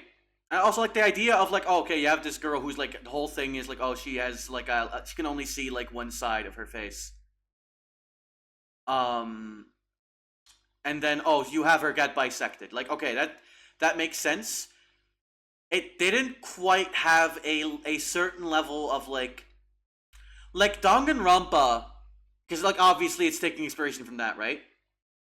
With Danganronpa, they wouldn't have just like bisected that character in the middle.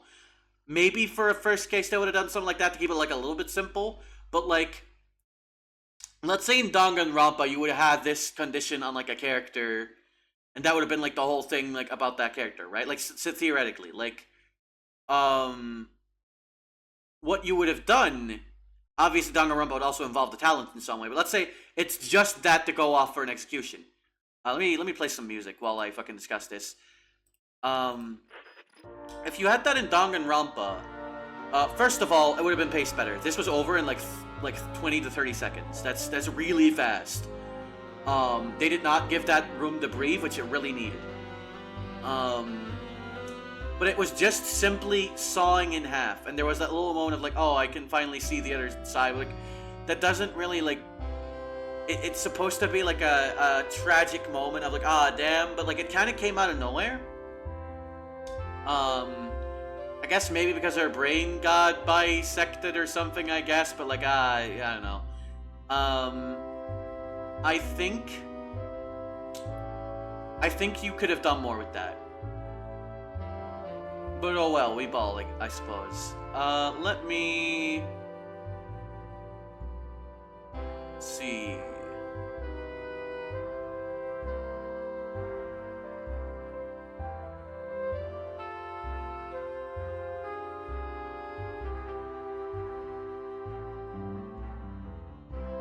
Yeah, I do think this has potential, but man, it's got some issues.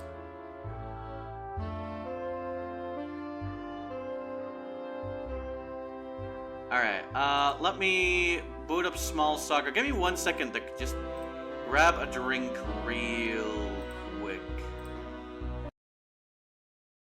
We're moving back here. What do I actually wonder? I'm actually wondering, what should I add to the cave after I finish this game? Damn. I have to give that some thought. Guys, give me a quick BRB.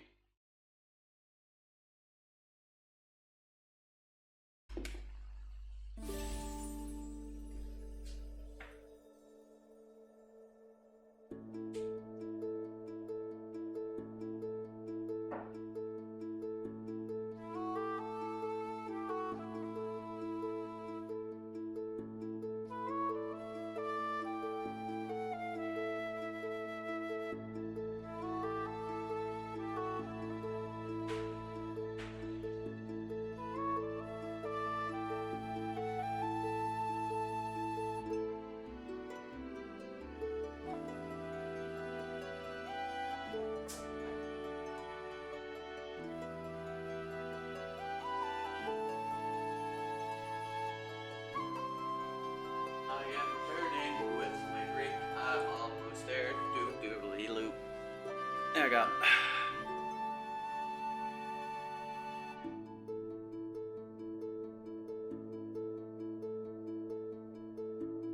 Alright, Small Saga time. Why is it like that? Where's it? There we go.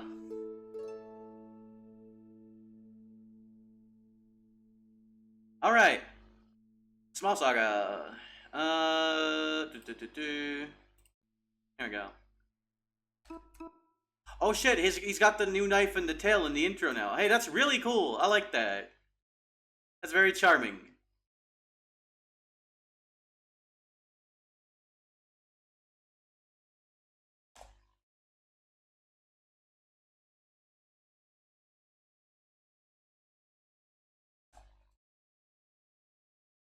Alright. Continue. Right, we were in here. Did I have skills? No, I didn't have, okay.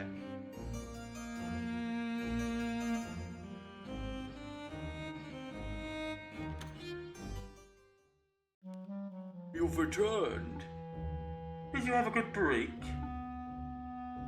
Yeah, I was just doing mole stuff. Just doing mole stuff. Siobhan, I'm no slug brain. I know you were confabbing with your treasonous friends in Sky Garden. Ah, well... Relax, I don't care about that. There's a much more pressing matter. Oh? You heard the title of Plague Master. I accidentally tagged out the game. My apologies. Have you given it any thought? Will you take on the mantle after I die? I will. Very good. I'll take you into Excalibur. Now? There's no better time. The secret fucking, like, door hole? Hang on. Follow me. Well, damn.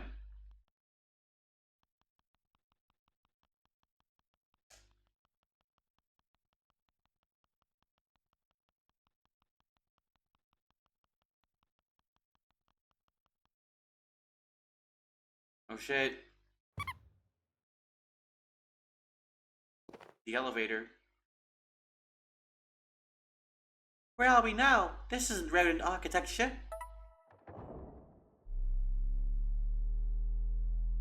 And we're moving. Oh, I see. This is a godly lift, isn't it? Correct. Recently constructed, too. It keeps going up and up. Where does it go?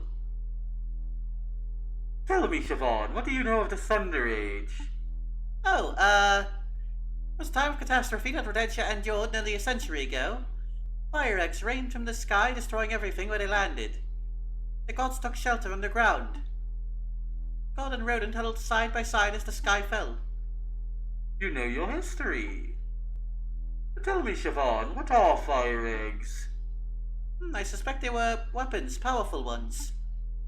Created by gods for use against other gods. Indeed, very astute.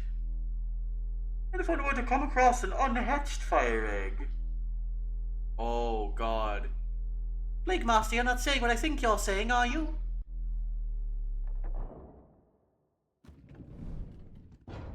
Follow me.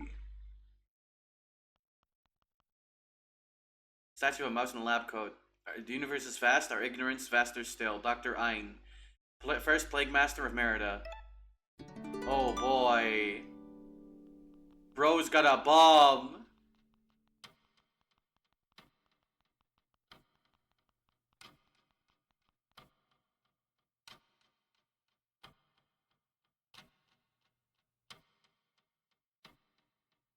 This building is certainly something. Where is Excalibur? Hidden, of course. If a god were to discover it, all our work would be for naught. Honestly, hiding something this big from the gods has been nothing but hassle, especially with their renovations. But I digress. Press that red button, Siobhan. I said press the red button.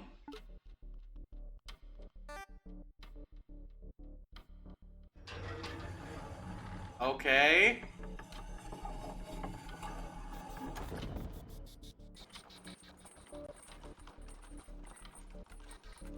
Yep.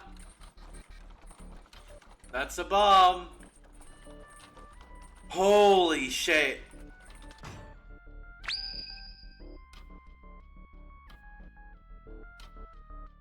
Whoa. This is it, Excalibur, the Fire Egg. An authentic relic of the Thunder Age. The Thimble God found it buried in the bowels of the Underriver some 50 years ago. Plague Masters have been studying it ever since. 50 years of research on one weapon? A rodent's life is short and pathetic, so intergenerational knowledge is crucial if we wish to push the boundary of understanding. It took decades to find and decipher the relevant contexts, and reverse engineer the wiring and machinery. Through careful analysis, my predecessors learned every intricacy of the weapon, what it's made of, the damage it can do, how to hatch it. You can hatch the egg? The trigger is a hard impact, a fall from a great height.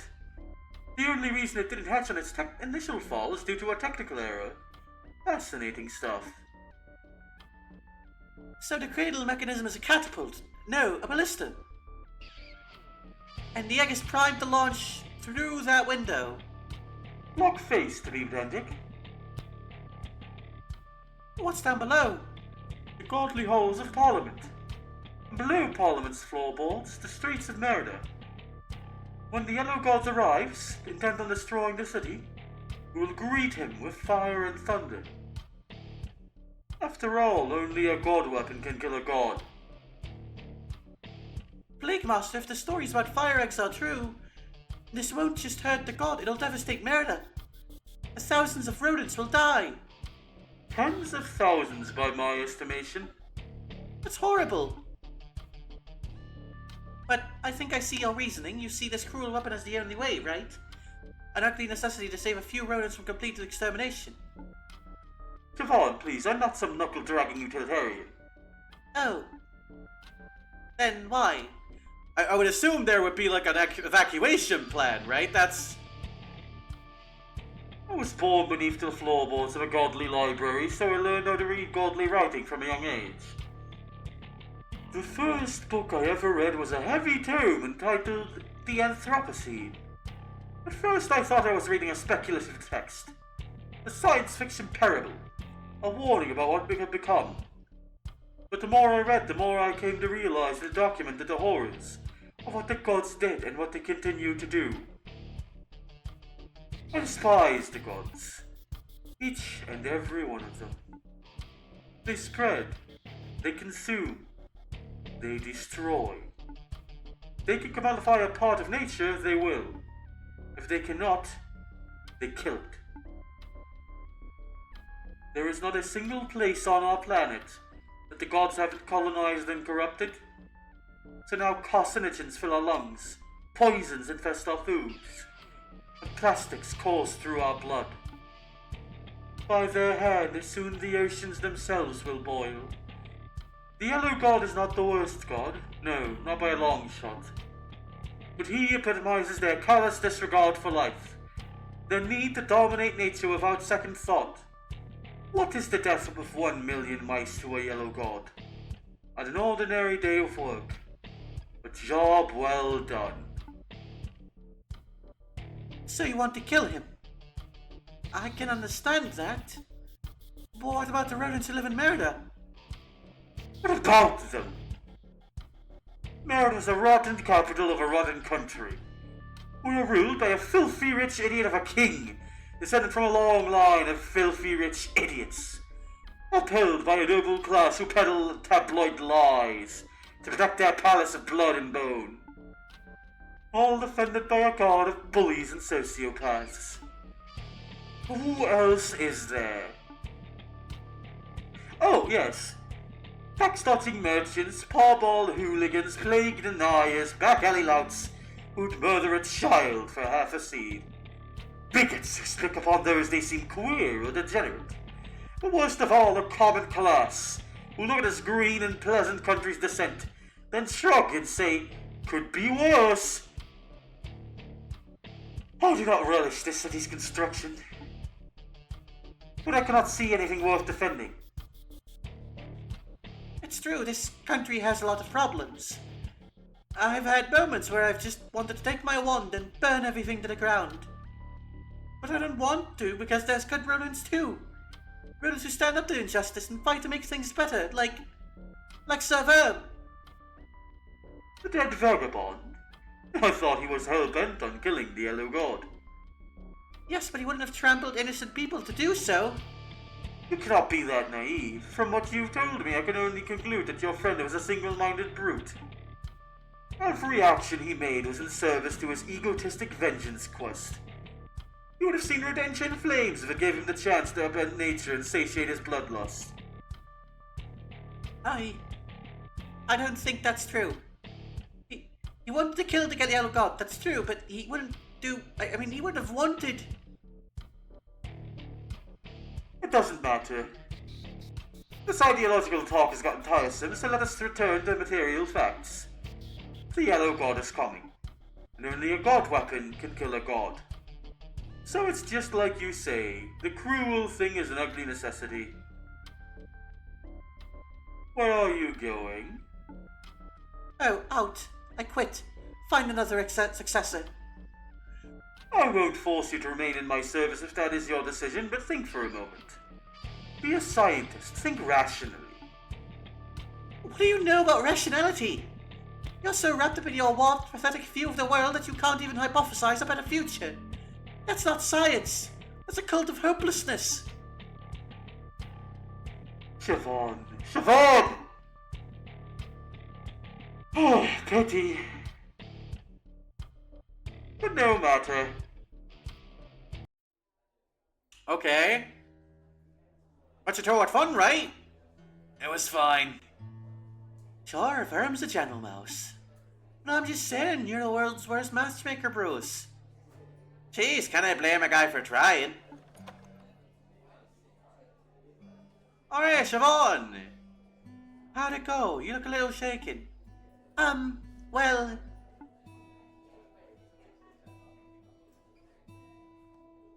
So that's the whole story. I think Akia's planning on launching Excalibur no matter what. And when that happens, thousands of rodents will die. Excalibur. Oh, the Respers, but I didn't think such a terrible weapon actually existed. Right above our noses, no less. Could it really kill a god? Does it matter? If it's like Siobhan says, it'll take out the city with it. Right, this just complicates things. Now have to worry about both the Yellow God and an absurd weapon of mass destruction. Shit, what a doomer's prick this Akira is. Something gonna add up. If the king knows what the Yellow God is, that the Yellow God is coming, and he has a banger of a solution ready to go, why didn't he just evacuate the city? Tell everyone to run and hide. That would cause the smallest loss of life, no? You're having a laugh. The king doesn't give a flying fox about his common folk. If you all died to the Yellow God, you know what he'd say? Good riddance. Mate, do you mind? It's a private conversation. Sorry. Oi, listen. We're on the same side here. We may not know much about this Excalibur, Maliki, but we do know that something must be done about the Yellow God. We've been doing our homework. We know the damage coming our way. Yeah, so we're planning a protest. We got hundreds of allies that got our end. Hundreds, and we're gonna march on the palace gates and have a word of His Majesty himself. We got a list of demands, a proper manifesto. What good is this to us? Wait, fam, this could work. To reach Excalibur, we need to go through the palace. We can't just waltz in, we'd be arrested for sure. But if there's a protest, that would distract the guards. It might give us a window of opportunity to reach through that weapon and destroy it. Aye, but how do we reach the Yellow God from here? You know, rumors are hitting tunnels all over the place. I bet one of them takes you the way it'd be. In tunnels, ghosts and musk wolves. It's possible, Sir Vam. I've overheard whispers of passages the royals can use for emergency escapes. Perhaps one goes straight to the godly hall above our heads. Okay, so assuming we gain access to the palace, and assuming we destroy Excalibur, and assuming we find a secret tunnel, then it's just a simple matter of killing a god of death. Easy peasy, right? For versions and secret passages, kings and gods, this plan is even worse than the one for Sky Garden. Let's do it. Of course, the bad lad's on board. There's still time until the night of 13 chimes. We should make sure we have all of our fares in order before the big battle. An inventory check would be a sensible idea. I should probably drop by Sky Garden and see how Wenton's doing. Well, we can wait. Go do what you need to do and come back and speak to me whenever you're ready. Alright. So yeah, this is the game saying, yo, fucking check everything. Oh shit. Damn it all. My life is a damn wreck. First that blonde twink humiliated me and took my title. Then those sisters gave a lip and then dead. You're right, sir. He's beyond alright. He's steaming. I'll go get a glass of water. A glass? Bring a whole barrel and drown him. Oh, I'm fine. Just give me a sec. Okay, I'm sober now. Hardly. Sober enough, you judgy prick. Hey, you're bounty hunters, right? Right, sure, we're bounty hunters. Perfect, that's perfect. You got a job, there's 1,000 seeds in it. Interested? You're drinking something that smells like vinegar. I don't think you have 1,000 seeds to give. Shows what you know about wealth or fine alcohol for that matter. They call it Sterling Light for a reason, you know. Fine, I get it. You're loaded. Who's the target? You know Rosaline, Maisie, the Thimble Guard, Two Lies of Scissor Blades? We've met. Good to make things easy. This Betty D doesn't we were out on a reconnaissance mission. Then the younger one spotted something and got spooked. We went crazy and took a swing at me unprovoked. I fought back, blood was drawn. Then the older one stepped in and took a swipe at me too. I was looking to make it out alive. So you want me to track down these two deserter knights, and then what? Bring him to justice. I mean, kill him? Attacking a superior officer is a capital offense. She's an instinct for it, hardened, but wars with such prissy pansies. This guy's the worst. You have my tenant standards. He's trying to rope us into a murder scheme just to keep his own boss clean. Disgusting. I think we should take the job. Really, Siobhan? I think there might be more to this story. I don't know where the thread will lead, but I can't hurt to follow just for a little, right? I mean, maybe. When does all happen? I saw Little Village, you know. Of course, it's in the songs. The stupid songs. Oh. But yeah, that's the place. But does he know where it is? We'll head over there and see what this is all about. Great, just remember 1,000 seats for their heads. Yeah, I don't need that, bud. That's a little bit much.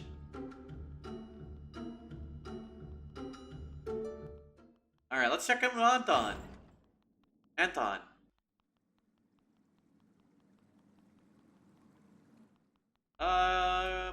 Here we go.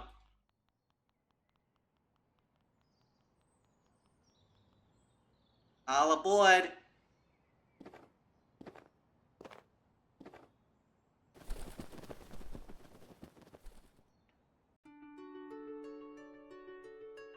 Okay, so we have Soul Hill Village. This is a place we can go. Is it like down here? No, is it the place up there? Oh, it's this. Wait, it's it. No, yeah, okay.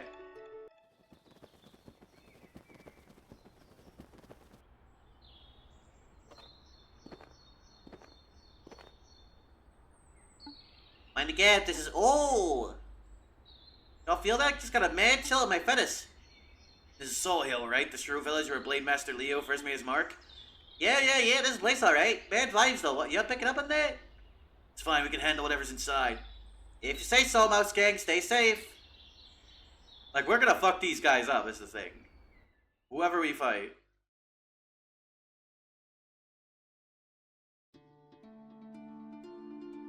Soul Hill. Curses beget curses.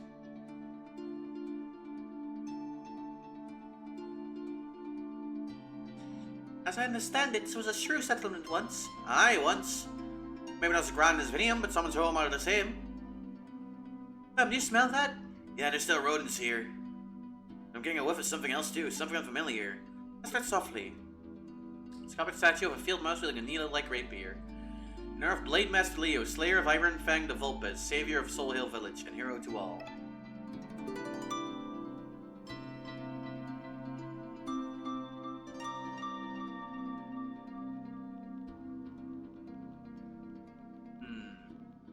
I assume this just like... Oh no, this does lead somewhere, actually. Opus Claw. +4 attack, huh?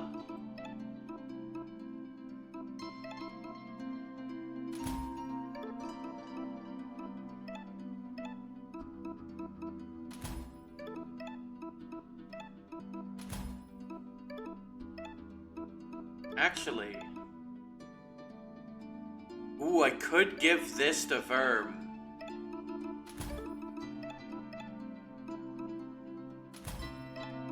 Because, like, I don't think I want anything else here. Oh, wait, this is... That's pretty good. No? This, yeah. And then Verm just has, like, the most attack of anyone ever. See a crudely bound stack of dated pages. A diary? No, a village record book. It's been 10 days since the guard left. 3 days since the Lore Master made for Merida. I don't anticipate that either shall return. Still, our cellar is full, and that deserves celebrating. Supper tenderloin, seared medium rare. 2 thieving curs made off of our new statue of the heroic mouse.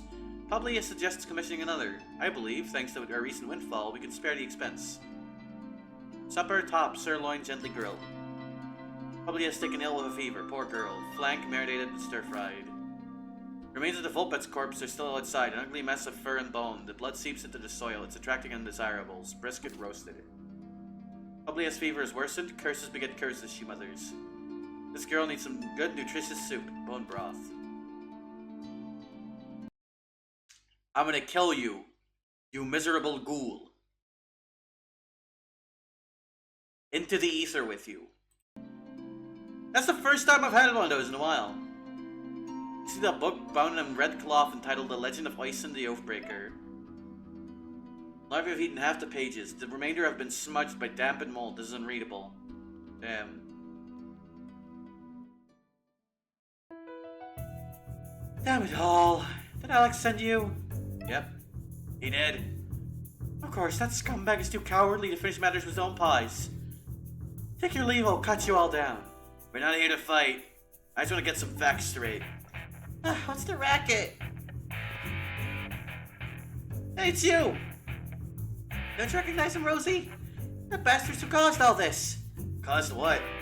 Caused everything! You humiliated us in the glowing wood, and then we got demoted and put on Alex's stupid squad, so you're the reason why... Is she alright? Maisie, go lie down and rest. Was I unclear? Leave us alone. Get out of here. Maybe we should leave. I agree. We shouldn't have gotten involved with dirty tin head problems in the first place. Hey, what did you call us, you tied-up loser? Tin head. Say it again, I'll gut you.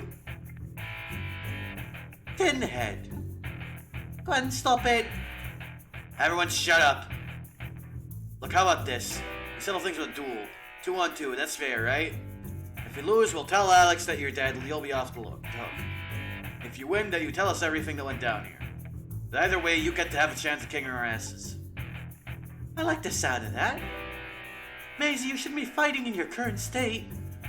And in any case, this is a foolish thing to duel over. Oh, let's do this. We're gonna punch their smug faces in too. Well, see? Fine, a formal duel it is. Who is your dueling partner? Alright, I better pick someone. Let's see. Well, yo, Siobhan, let's go. Let's go, Siobhan. Oh, okay. Oh, set good. Standard dueling rules. First pair to fall lose. Draw your weapons, bastards!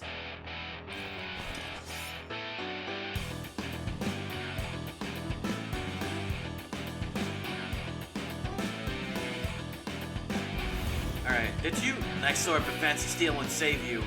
Did you have the extra... Okay, you did not have the extra turn thing, but... I can do this.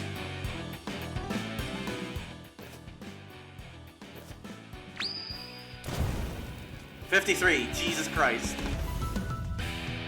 I'll cut you both into pieces.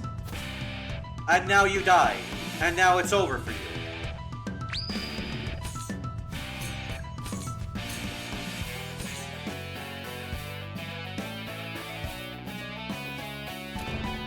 Boom. There we go.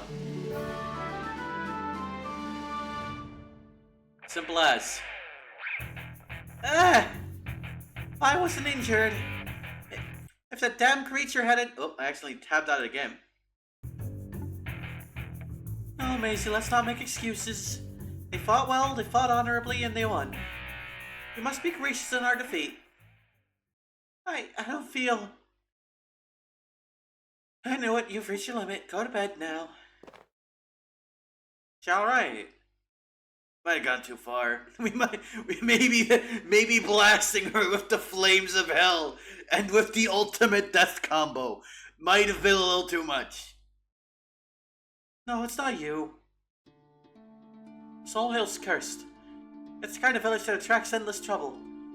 Recently, news from the village went completely silent. The Crown sent Alex, Maisie, and myself to investigate what had happened. We suspected Vulpus activity, but then... Well, right, we were ambushed by a venomous worm. A particularly terrifying one, too, a titan among titans. That bastard Alex tried to use me as a shield. Got bitten, and I don't know, I just saw red. I did my best to fend off the worm. I managed to drive it into a cellar, locked the door for good measure. You know, Maisie and Alex brawled. I was too slow. By the time I returned, Alex had beaten Maisie bloody and fled. What happened next? Maisie was too injured to move, so he stayed put. I treated her injuries from the fight, but the venom remains. I'll be fine, sis. Not a fool. I can see you're getting weaker by the hour. It's not gonna get easier from here. Worm venom is a nasty way to go. Blood coagulation, paralysis, and then...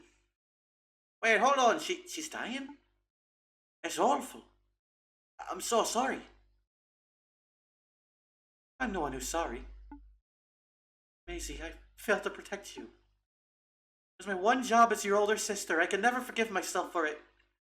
You did your best, sis. That's all I can ask for.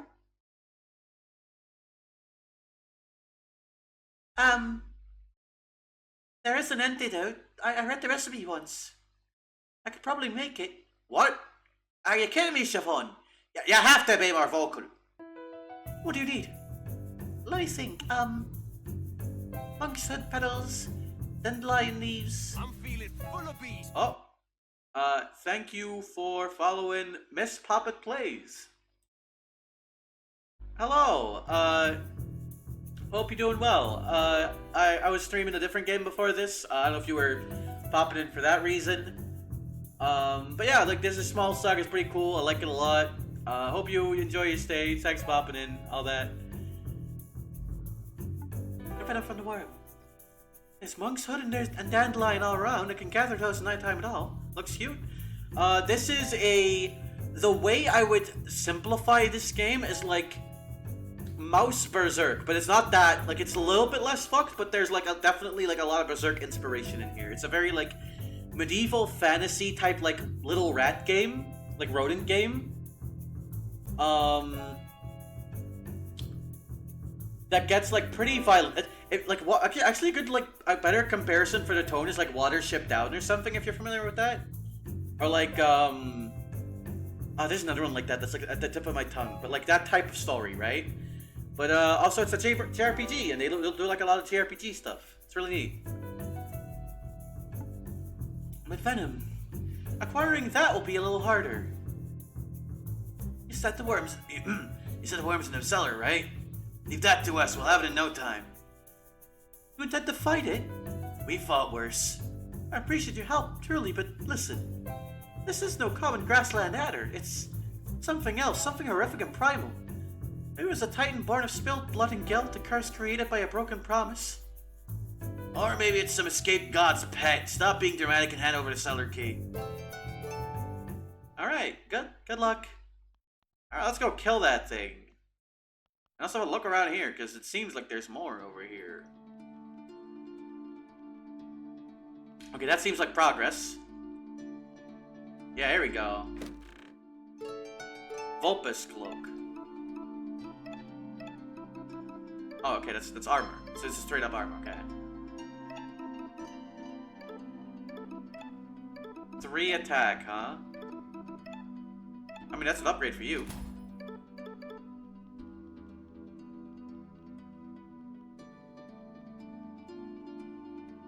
cold wind blows from the heavy door. It's locked. Unlock the door? Yes.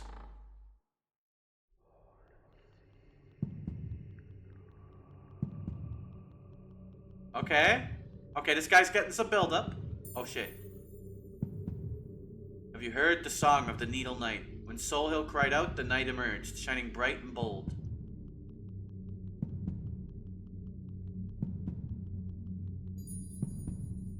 With precision and grace, he slayed the Vulpus that besieged our home, and then the night left a bloodied corpse at our door.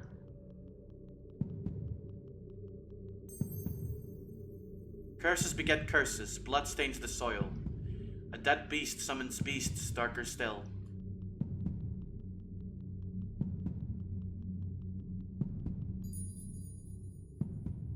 Where now is that needle knight who shone bright and bold? A hero's song plays to a rotten land.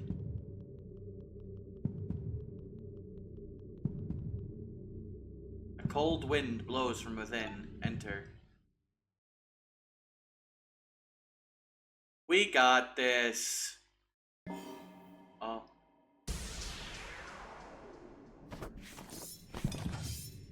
Hey, that's really cool.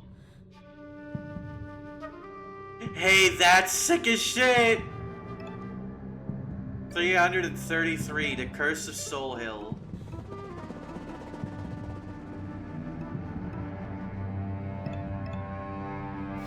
Nimblefoot, we're setting up.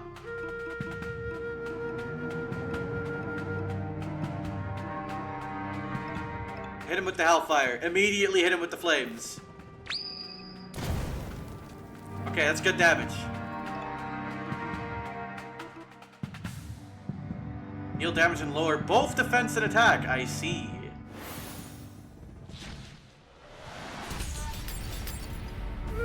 And bleeding.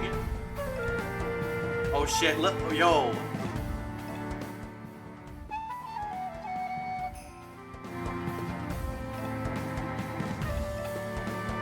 And now we rage. I don't fear the dark.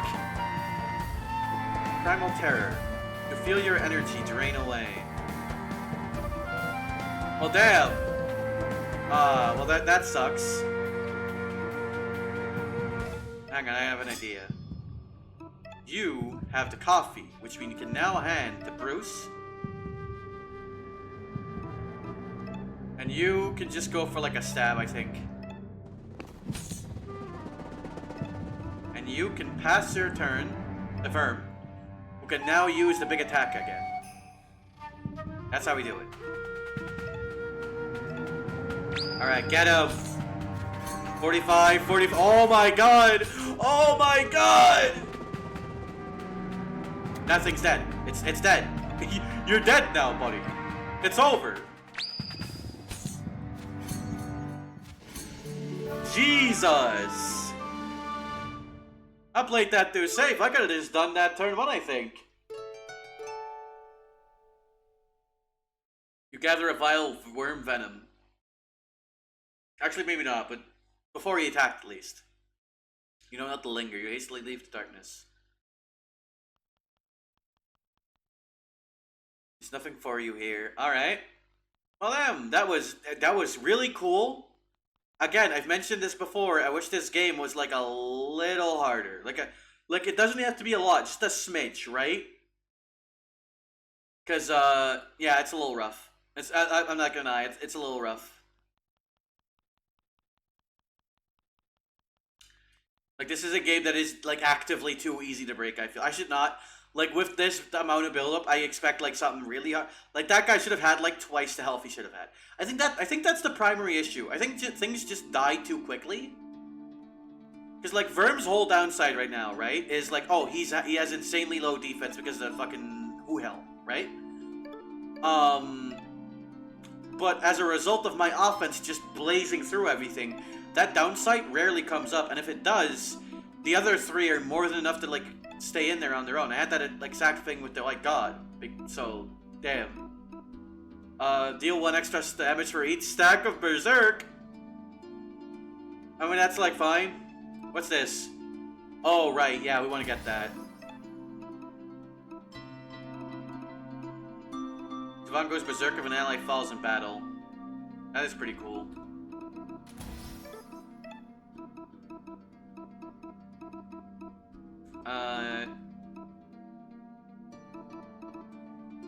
I mean, we can go here, sure. And you can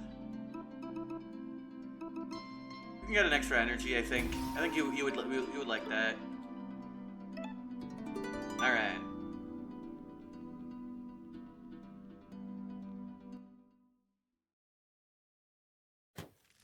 Didn't take long for Siobhan to prepare the antidote. With an acorn shell mortar and a twig pestle, they ground the ingredients into a thick green paste. There they go. Thanks. I feel bad. I still feel bad. Oh, no medicine works that fast. You should rest up. We don't have any way to repay you. Consider it charity. No, that won't do. I know, firm, wasn't it? Let me show you something. Your swordplay is excellent, but lacks finesse. Let me teach you a technique that'll really showcase your full potential. We don't need even more! Blade Storm, what the fuck? Cool. There's one last thing. Something that's been bugging me ever since you arrived. Aren't you supposed to be dead? Alright, that's a long story. But the short version is that there's a yellow god of death coming to Merit. I'm not dying until I kill him. Wait, for real? You're gonna kill a god? That's crazy! It is certainly ambitious, a bolder act than most rodents would even dare to dream of. I can see your resolution. There's no dissuading you, but don't try dying, Verm. You know what the shrews say, curses beget curses. Don't die trying, not try dying, fuck. Well, you know what I say, go get that cod's ours. Yeah, oh well. Yay! Maybe we'll meet again. That's so cool, super illegal, but cool.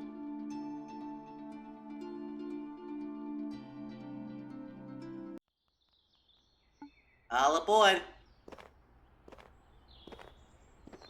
Alright, now we can go say hi to Anton. And I assume that unlocks, Bruce's ultimate technique. Because we have everyone else's, I think. Because all of them had like a little side quest.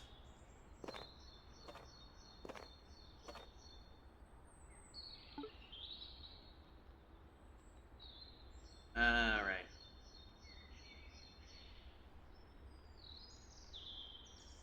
Let's say hi to Anton. He should be up here? Yeah. Ah, you're alive, my love always knew. On that note, I need to have a word with Bruce. What's up, babe? What's your flute playing? It's getting a bit, what's the word? How to say it? Mad. What? I play it as stoneful as ever. I sound like a nightingale in the morning light. More like a sparrow. Nah, more like a sparrow choking on a cigarette, but that's a bit harsh, but it's true that your high notes can get a bit shrill. And the thing of it, in my time here, I've literally never heard you practice. It's like you enjoy having the image of a musician, but you don't want to put in the work to be one. I feel a wee bit attacked here. Hey, it's okay, Alaba. You just need to do a little practicing, get your groove back. When I go to speak to Tim the trumpet though, he's friendly, he'll be happy to give you lessons. Ah, fine. I hate to admit it, but you're alright. I'll go find Tim.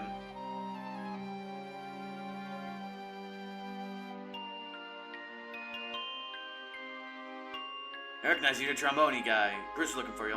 I'll go fetch him. It's actually a Baroque trumpet. I see, so you need to freshen up your music skills. And Anton thought I could give you some pointers. Aye, that's right. Let's skip the music theory and go straight into practice. No better way to learn to swim than by leaping into the deep end, am I right? Unless you drown. Ah, well, nonetheless. How do you play Gilded Roy's Melody? You know that one? Yeah, of course, it's classic. Right, I'll grade your performance just like a school exam, huh? No pressure, then. No, it's not so serious. You can always try again. Are you ready to play now? Alright, let's go. Alright. And a 1, and a 2, and a...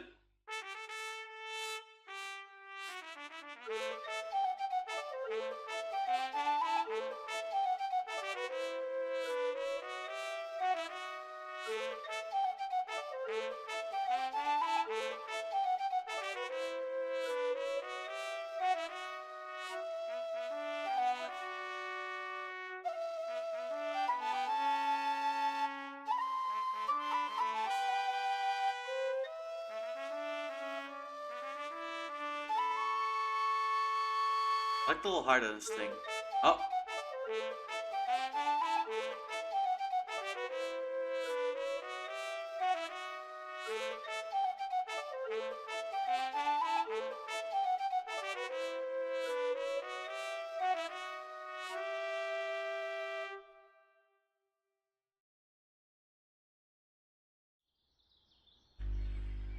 Bruce, my man, that was flawless. A plus, A plus plus, S rank.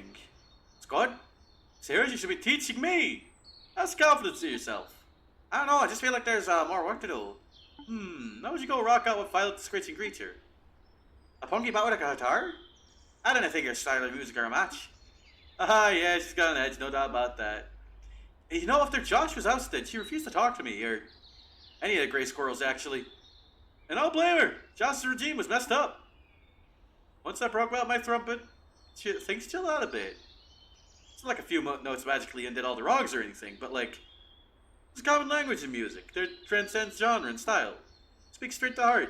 Is that too cliche? Nah, I got it. A common language. Thanks, Tim. I'll go speak to Violet then. Alright.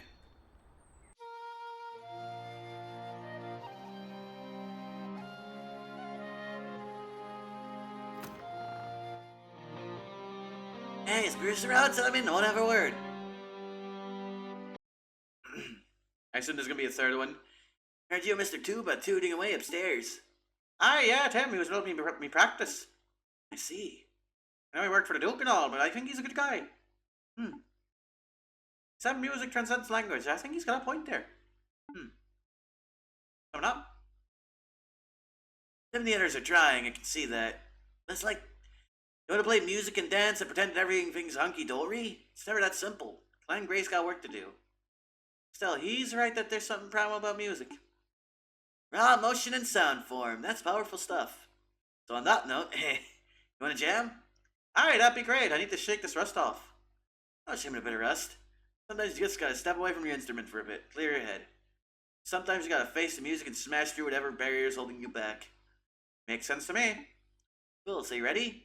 Let's play. Alright, let's go. Follow my lead.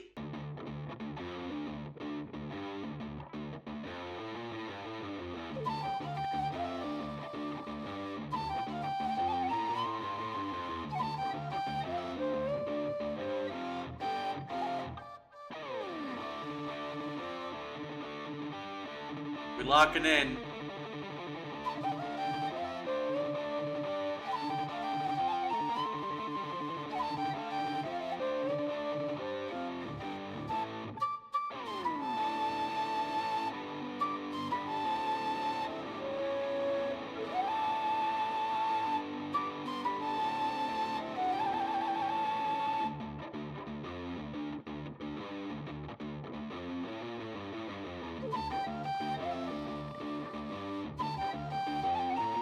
Fully locked in. Flute maxing. There we go. That was metal as hell. You didn't make a single mistake. It's like you made a deal with demonic flute spirit or something. I don't know about that. Shall we play one more? Nah, no need. You sound like an absolute pro. Actually, you know what? You should go back upstairs and show Anton what you learned. Performance for Anton. Why does that sound so scary? Nah, don't sweat it. He'll be impressed with your improvement. I got no doubt. Alright, let's go save real quick. While we're here.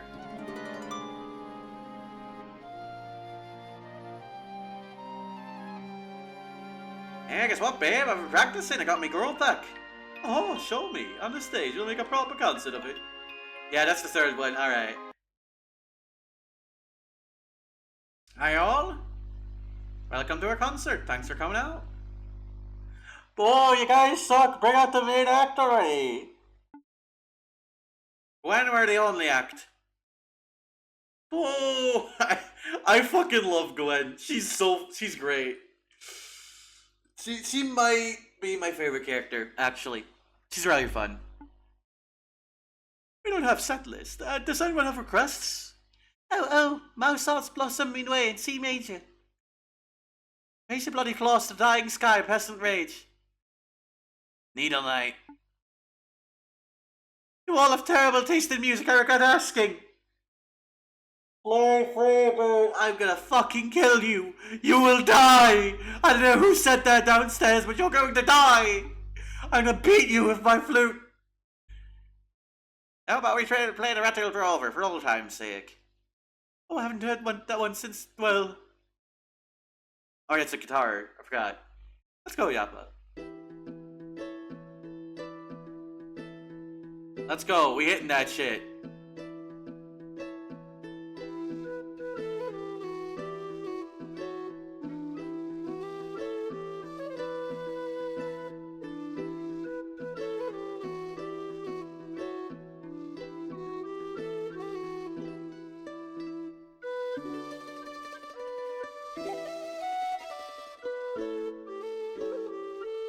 Banger true!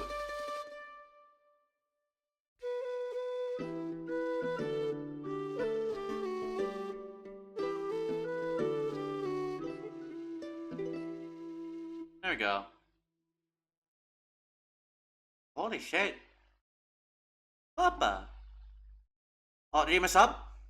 No, it's perfect. It was beautiful. With flute skills like that, you could play anything you put your mind to. Yay! Bruce learned cadenza. Cadenza is a little bit different than most daddle skills. The effect varies based on which notes are played. Oh, I see. Where's this? Did someone leave something on the stage? Sky Piccolo. What a wonderful instrument. Someone must have been amazed by your music and left it as a gift for you, Lappa. Or maybe my heavenly plane summoned it from the heavens.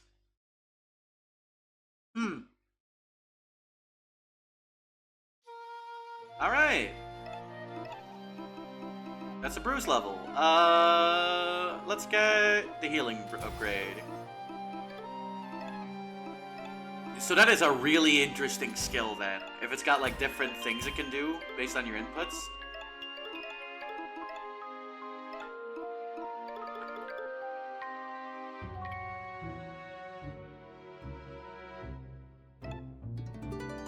Alright, I think that's everything. I think now we can do the thing. Let's fucking go. To our pretty well indicated point of no return. All aboard.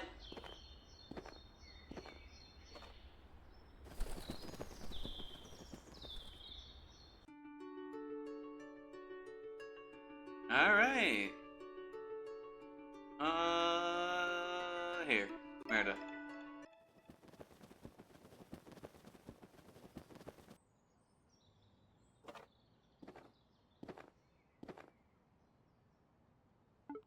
Okay. Yeah, I'm gonna be real. I don't foresee any problems. Like, I think we're gonna kick the shit out of the final boss. That dude is going down like a couple turns, I think. Unless Verm gets immediately, like, butt stomped by that dude. Unless, like, the Yellow God is just like, oh, yo, I recognize you, and guns him the fuck down. It's like, damn, I guess we're just dying, then. You're the booty hunters. Drunk again. So let's do it. Yep. Maze and Rosaline killing both. Nice. Even though I'm seen to pay you. Sterling night penniless. I figured as much from the start. Enjoy your grog. Now it goes back to that stupid blonde twink. Alright. Can't leave us, we got this, right? Once you're sorted, go talk to Bree. No rush, like, there's a lot of writing on this plan. The King, Excalibur, the Yellow God. We have a challenging road ahead, but I know we can do this, we have to. We float a stone and we kill this clean. I'm ready, but I'm not sure what I'm ready for exactly. Are you ready? I'm ready. Are you sure you set your praise to the statue and everything? Because this is it, a point of no return. Once we notice there's no going back, I'm really ready. Sure. Alright, we only get one shot at this, so let's reload the plan one more time. Tonight's the night. Soon the Yellow God will knock upon our door. A terrifying prospect, but I'm not afraid. We could still initiate Proposal 99 to set your evacuation plan. Your Majesty, this may be our last opportunity. Last time, there's no need. I have faith in Akia and the Excalibur. We do not need that accursed weapon. Where is the Plague Master, anyway? In a lab desecrating some corpse, I expect?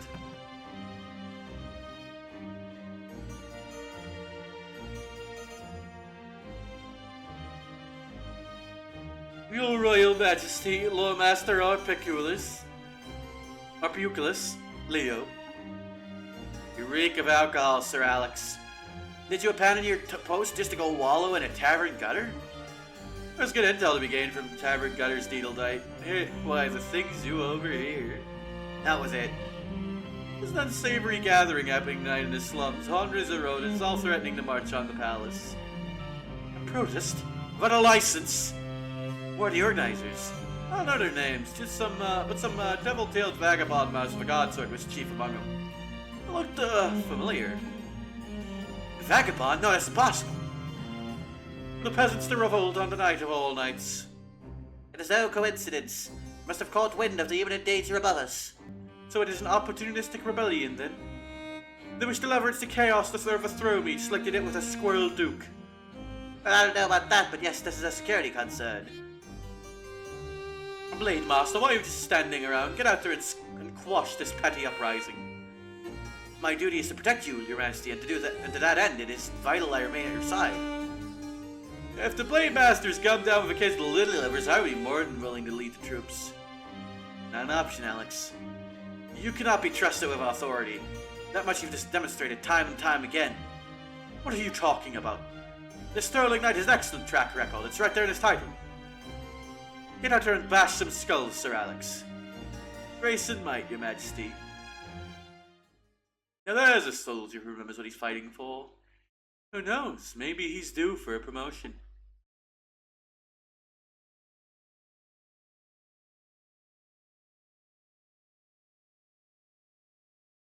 That's all 4 of us then. Right on time. We still have 3 hours until the 13th chime. The witching hour. I was hoping for a bigger crowd, though. This is a bit pitiful. Oi, Stilton. Where's everyone? I know. We knocked on doors, we handed out leaflets. I swear we got hundreds of RSVPs. People want change, but they don't want to put their necks on the line. I can't say I blame them. It's all a bit intimidating, isn't it? We can still do this, right? Everyone get around and listen up. This is it. This is the night. We're gonna march up Arthur Street, march past Retless, and march right into the Royal Palace. Then we're gonna find the king and demand that he listens to our voices. Anything to add for him? Let's stay safe. Let's stay safe out there. Well said. God might give some grief, especially as we get into the palace. So for our own safety, let's watch each other's backs. Excuse me. Yes, Progdale's being held without a proper license. At His Majesty's orders, please disperse immediately and return to your homes. Got here already? If someone ran us out. So what should we do? May as well try to stick to a peaceful plan. This is all a misunderstanding. We're just a late night book club. Yeah, we're in books. So much for that. On to the direct approach then. Let's rock. An attempt was made. Unfortunately, you must now die.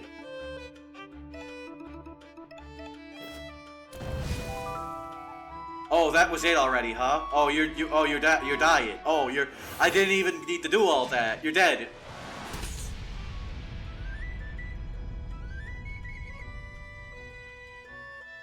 Oi, what's all this violence? What happened to the plan? Jeez, well, in for a seed, in for a sapling, I suppose. Let's move quickly. Alright, let's go. Look, mate, just let us through. We have a right to protest, you know. Not tonight, you don't. Back it in now, or you're spending the night behind bars.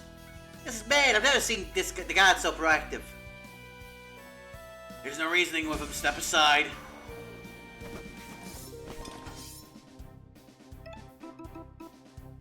Blade Storm. Oh, these guys are so cooked.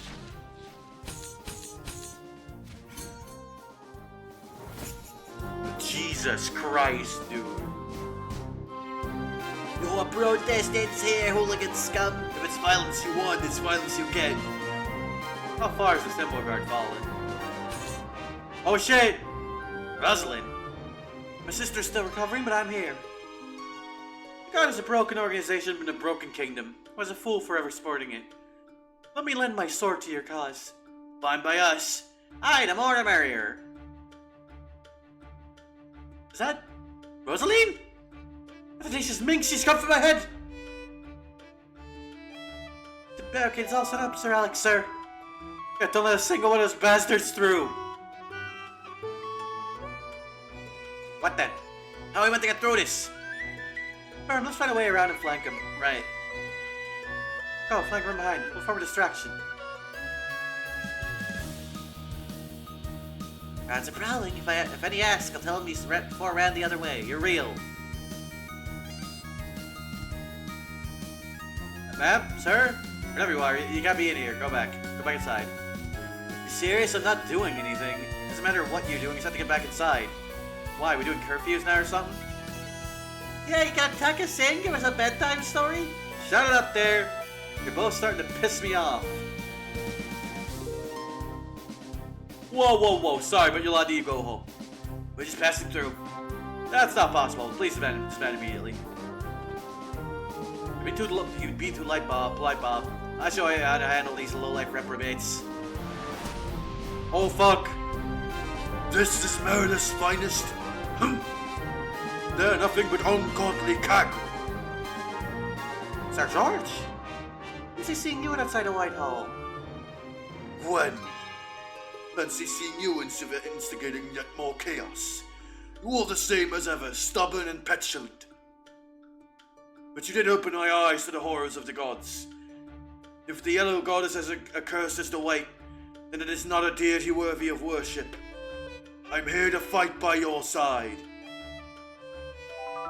Well, your help is appreciated. Thanks for coming. Firm, let's mosey. Hang on, Drip King.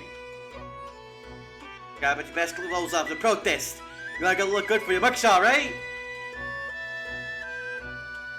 Not for me up there.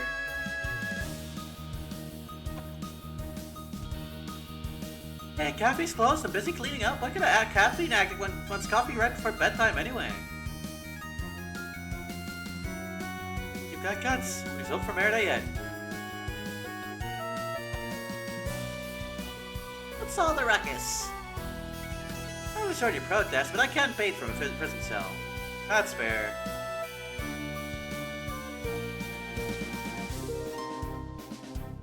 Man, I'm sleepy.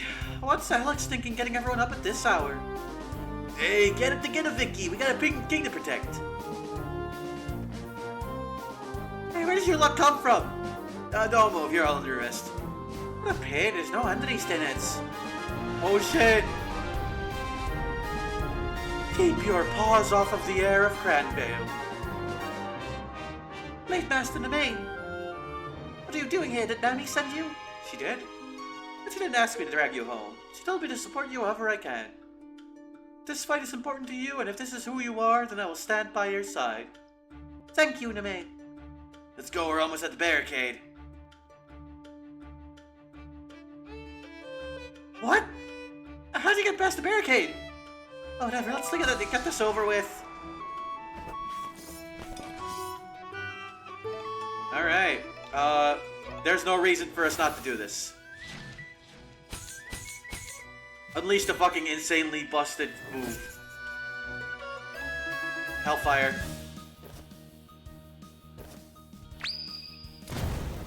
It's dead. Barricade down, let's go! Nicely done, you fool. No time to waste, to the palace. The nerve of the guard to set up a barricade outside my little shop. Go kick their asses.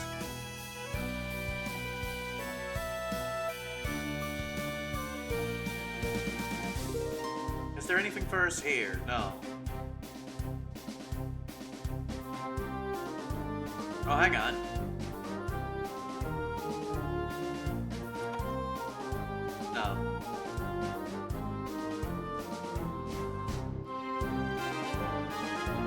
Alright. Alright, that's the wharf secured. What next?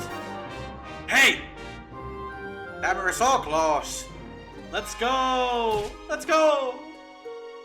Oh shit. And don't wait you here! I want to fight Tulapa. Babe, I love you, but you're not exactly a brawler. Stop babying me. That's a soft boy. You'll be left behind while you go adventuring. I can handle myself. I can fight.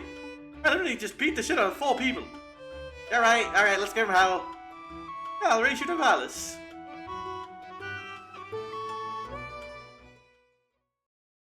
I think the slang there was a little unnecessary, but... Squad! Attention! Portcullis is stolen, down and triple locked. Nobody's breaking into Palace tonight. We're gonna win this battle. Oh, buddy, I need to launch like 2 fucking like flame orbs and you're dead. You're done, you're dead. Like I just need 2 spread fires and you're over. Aye, we're gonna beat these upstarting little miscreants bloody. Aye? I'm gonna snatch my Blade Master title back from that stupid blonde twink.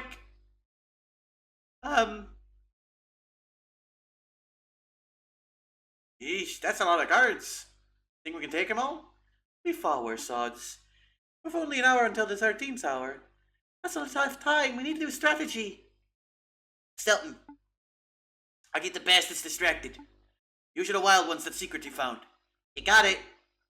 Secret? Don't get killed with a gambri. Don't be daft.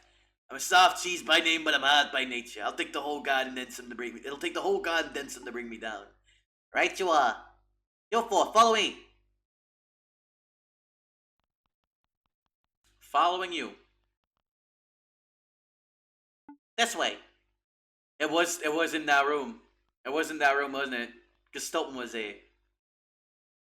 Uppy. I knew it. I was waiting for it. This is just a shipyard storage room. Shh, wait. And voila! Ta-da! Whoa, a secret tunnel. Where does it lead? Believe it or not, right into the palace. Doc, you did this yourself? Nah, not me. I was the one who stumbled upon it, though. It's one of them fancy emergency escape passages. A royal must have done it eons ago. Well, no time to waste. Good luck, all. Give that yellow god hell. You're not coming with us? I got my own fight to join. Gotta keep those guys occupied. What do you think? Alright, here goes. No need to take me. Just go. Travel to the palace. Yes.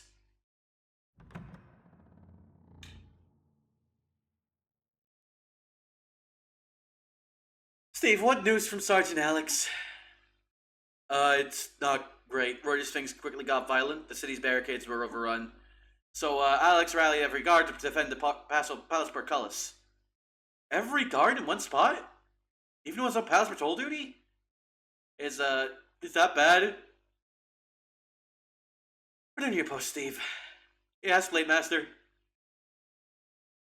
Death gods above. Rioters at the gates. Nero dead. This is the most precarious situation. His Majesty's safety is paramount. We must leave the palace immediately. Yes, we can use the emergency tunnels. One tunnel leads to the wharf, which will give us access to the other river. A swift egress. No time to lose. Shall we go, Your Majesty? This is fortuitous. Your Majesty? Timing. It is fortuitous that the peasants chose to attack on tonight of all nights. We can solve 2 problems at once. I don't understand. Lawmaster, send an urgent memo to Plague Master Akia. Grant him the authority to use Excalibur, effective immediately. Ophiuchus, hold that order. Your Majesty, unleashing Excalibur may deter the Yellow God. But if my understanding of the weapon is correct, it will kill countless rodents, members of your own kingdom, whom you are sworn to serve. They're riotous louts who wish to put my head on a pike. Their lives are forfeit. Lawmaster, stop dithering and write the memo. Your Majesty, this decision is not to be made lightly. Please deliberate. By the gods, you're both pathetic. I'll issue the order myself. Your Majesty? What would your mother do? My mother, she desired strength and stability. Virtues that you know nothing of. Move. And then civilians. Is that the price of a strong and stable kingdom? Unbelievable. How can a royal blade master be so naive? You should know better than all that this palace is built from blood and bone. Every right, every privilege. No. Our whole Rodentian way of life is maintained at the end of a sword.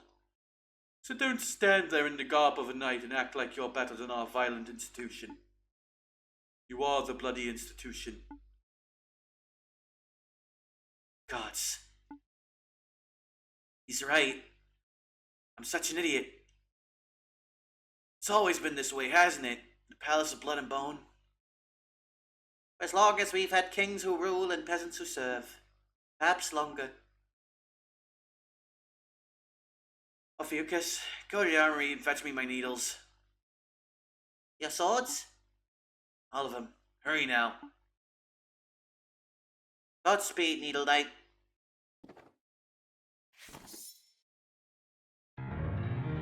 Oh, shit! You! You're the worst! Traitor! What did you just do, you treasonous bastard? I didn't wish to spill blood of my king. I don't wish to kill my own brethren. It's too late for regrets. You've made your choice, King Killer. Then come, attack me. You've all heard the songs. You've witnessed my needlework. You know that when we cross blades, I will be the only one left standing. He's right. Yeah, I'm not throwing my life away against the Vulpus Slayer. Has the Thimble God become a coven of traitors and cowards? Diego, please turn away. Thou broke thy oath, Blade Master. I did. To protect the kingdom. What is a kingdom without a king? A king who murders his own people is not a king worth serving. That is not our judgment to make. Duty is not beholden to him. What does your duty say? Does it compel you to fight me? It compels me to execute you. I don't want to do this, Diego. You are my dearest. And you are mine. That makes the hammer of justice all the heavier. The fact that he uses a gavel is actually really cool, I'm not gonna lie. That just hit me. Like, damn, okay, that's dope. I saw him walking up and I realized, oh fuck, wait. We're in. Aye, but are we safe? Are we? Yeah, no, the creature's stirring. Raised diversion is working even better than I hoped. So what's the plan now? Well, we had two threats to deal with, Excalibur and the Yellow God, but it's minutes to move to the witching hour. What should we prioritize? I figured this might happen. I've already made up my mind. You three go ahead and stop the Plague Master and their doomsday weapon. I'll speak with the king. What, alone? Yeah? I'll just tell him about a Yellow God and ask for a route to the surface. Oh, are you sure, sir? You're not exactly, an eloquent orator. They're bad with words, lad, especially around authority figures. You're right. I don't think it'll matter. I doubt a fancy speech would change anyone's heart at this point. Are you sure you know what you're doing? You just focus on Excalibur. We trust you. Good luck, sir. Aye, you can do it. Give him hell. Alright. Go kick the Plague Master's arse. King of Jers. Game's been saved.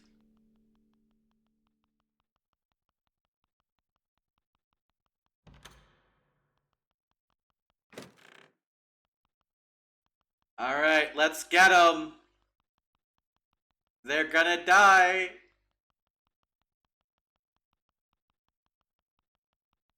There's a long ass staircase. They will never fall without eating shit. We're moving. A strange workshop, a secret passageway, and now a godly lift. Where exactly are we going, Siobhan? Up. Excalibur is at the top of this tower. I think the Plague Master knows we're coming.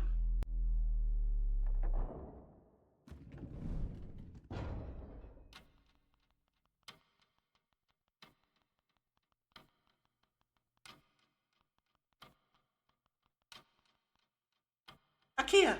Oh, yeah, oh, Siobhan, okay. Oh, I was expecting a message from the king. Instead, I'm greeted by my apprentice, a lab rat, and a squirrel with a recorder. Whatever, it doesn't matter. The king's permission was nothing but a formality anyway. Soon the Yellow God will make his entrance, and the power of Excalibur shall be revealed. We won't let you do that. There's nothing left for me to do. The system is fully automated. Soon the bell will ring with the 13th chime. At that moment the ballista will release, slinging the sky egg through the clock face to the holes below. The egg will explode and the Yellow God will perish. Along with half a murder. Regrettably. Just over 4 minutes to go. Siobhan, can you dismantle Excalibur?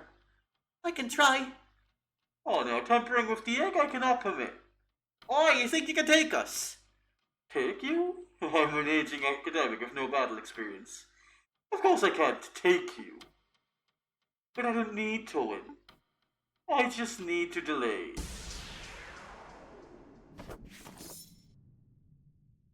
Siobhan, you should. Oh god. Oh boy. Psycho Mantis Rat! Oh fuck. No music, just the ticking of the clock? Oh shit, no, never mind, there's music. Our planet faces an unprecedented threat. We must act. Oh shit. Time is running out.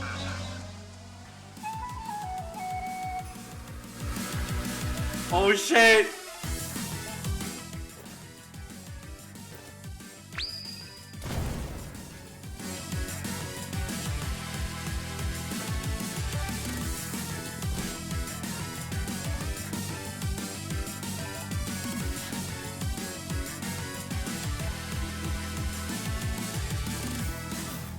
Let's talk about the Anthropocene era.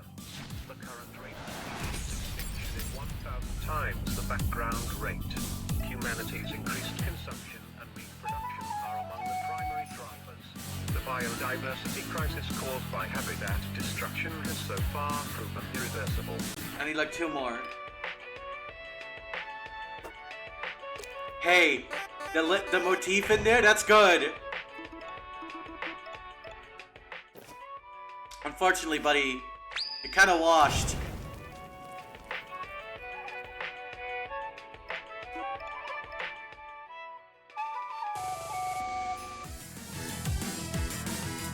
It's Jover.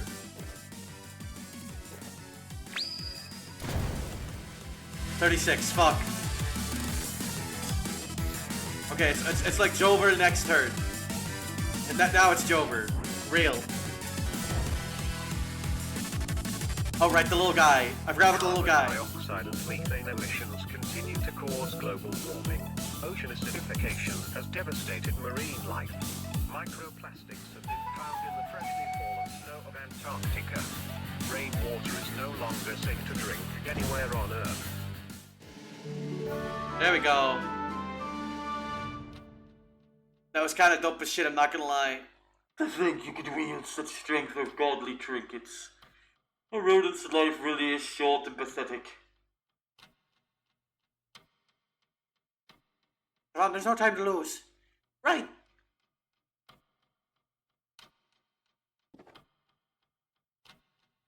Oh no. This is more complex than any godly tech I'm familiar with. Just smash it up. No, that's far too risky. Wait, I might know the construction of the fire egg, but I know this ballista. Ropes and pulleys, cogs and gears. This is mole engineering. Help me turn this lever. I hope you know what you're doing, Siobhan. Shut up and pull!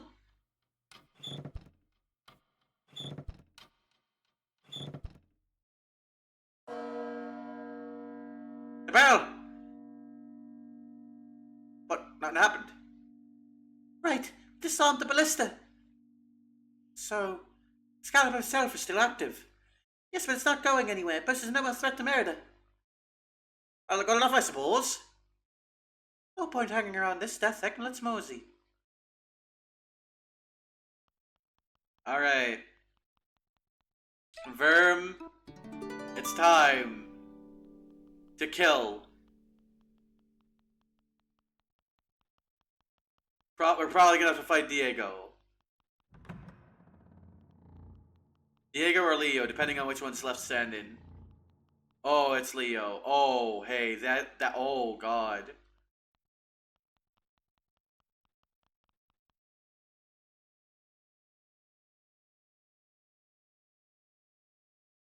Vagabond, so it is you. Blade Master Leo. We're gonna talk with the king. Mr. Chance for that, I'm afraid. Not that His Majesty was open to conversation. That don't happen here. But I don't particularly care. There's a route to the surface from this room, right? The Yellow God of Death is coming. Let me use the passage and I'll stop him. A mouse like you cannot kill a god. You lack the weight. But it's worth a shot, right? Might actually be able to do it. Honestly? Yes, you might. And that possibility terrifies me. What will happen when you do the impossible and slay an immortal god? Will the citizens deify you? Will they crown you Verm, the mouse who stands above gods? I dread to think what you would do with such power. No, I got that. You're right. You have a point. I wouldn't mind having some power. But honestly, I have no idea what to do with it. I haven't thought that far ahead. Of course, I suspected as much. Much like you only focuses on the moment, so let me speculate what will happen if you are crowned. You'll continue your petty vengeance quest. You'll declare war on all gods. When the gods retaliate, and they will retaliate, it won't just be Merida that falls. It will be the total eradication of Hortensia. But you don't care, do you? You're the kind of mouse who would see the kingdom in ruins to serve your quest. That is why you will go no further.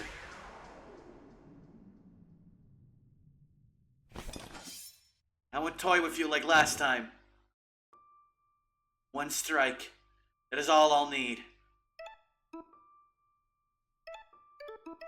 How much health? I can't see how much health he's got. I'll show you strength. That won't save you. Flesh Fatal.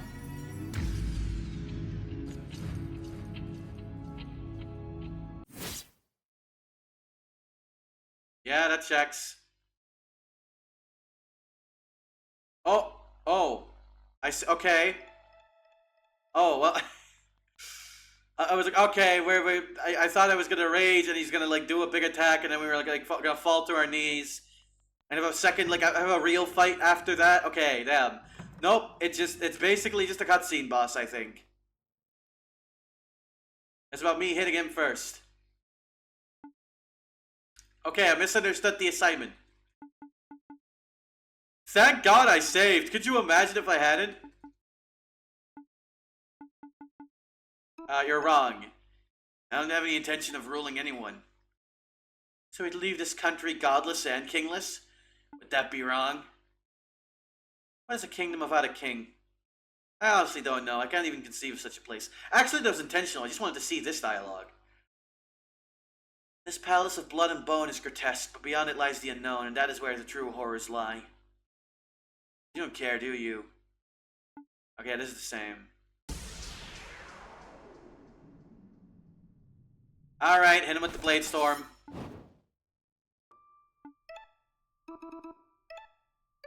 Oh fuck, wait, Nimblefoot. That's it. That won't save you. Yes, the fuck it will. You dodged it. You're faster than before. Stronger, too. That remains to be seen. Rage. I'll show you strength. Here's the Blade Storm, bitch! Ah, fuck. Ah, fuck. Oh, shit. You can't parry without a sword, Blade Master. No matter. Defend! Defend, for the love of God! Oh. I brought spares. Leave him! Oh, wait. I just realized what we're doing here. Oh, I fucked myself. Oh, it's over.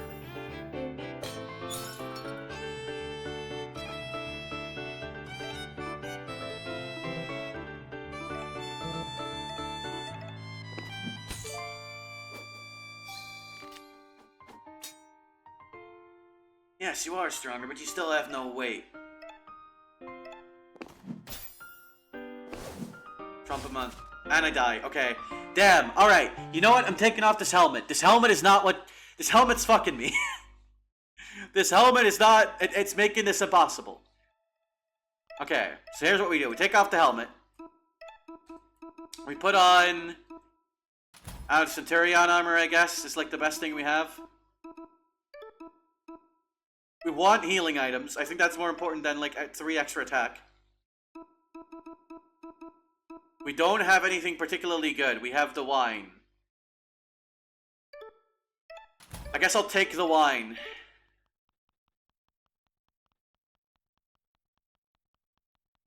Okay. But we getting it. We getting there. Progress is being made. I know I actually know like the gimmick of the fight, so...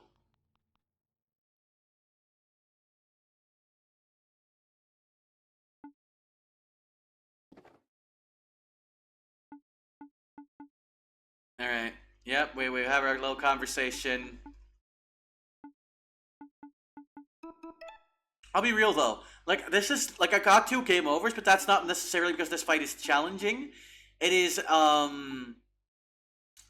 like, it's kind of built in a way where you do have to engage with its mechanics, but it's not, like, hard, I would say. I just had, like, a very bad build for it.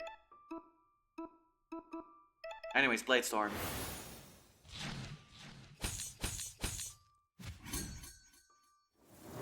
Oh. Oh, I should have just done that. You're bleeding heavily, Blade Master. Death doesn't frighten me. But the fate of the kingdom does. Well, fuck me, I guess. I guess it was that simple. The door to your left leads to the godly halls above, but promise me, vagabond. Promise me.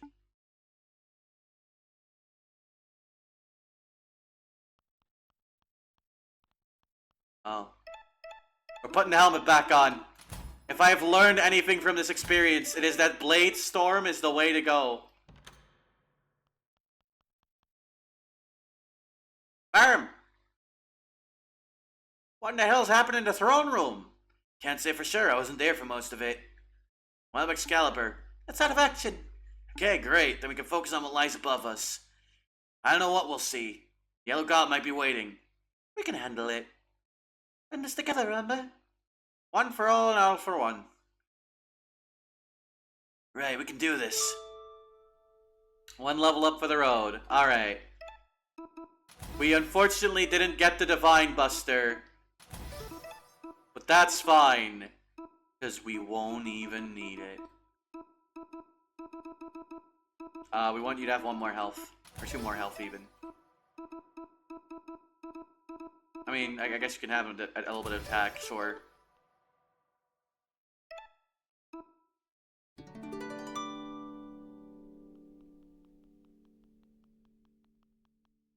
Are you ready?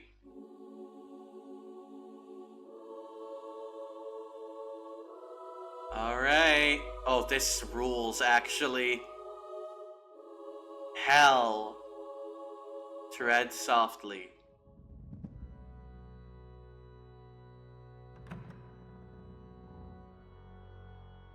Hey, this rocks. I see no god here.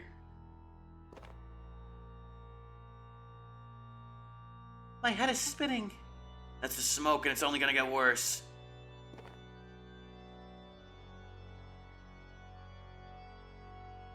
Let's kill the source.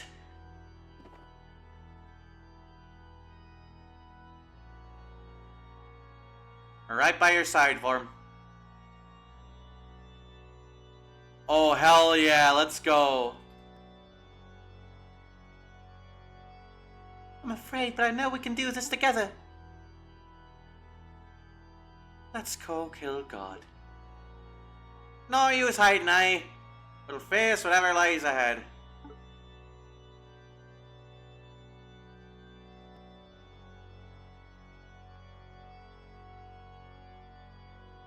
Let's fucking go. Let's fucking go.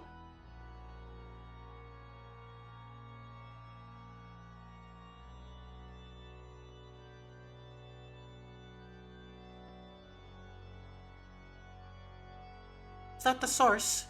Some sort of smoke-making machine. Give you a moment, I should be able to find an off button. I've got a better idea.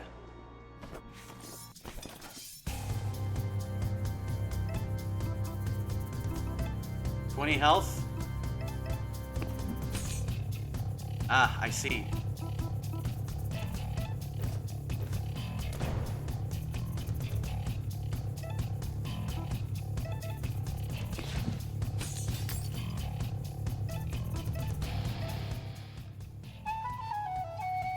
Alright. Hit them with the Blade Storm.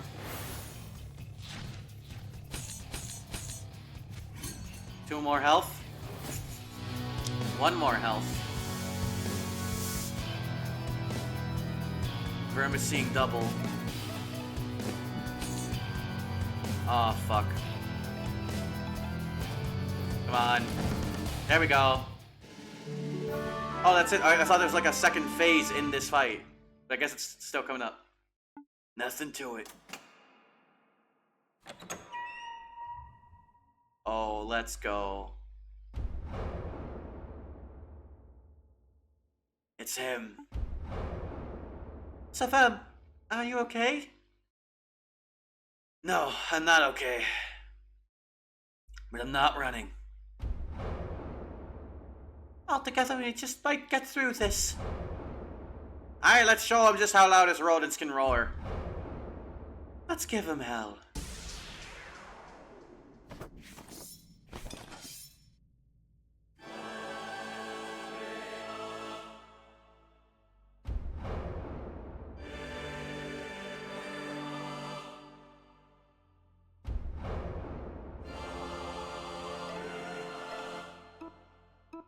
Unknown amount of health. This one's for my tail.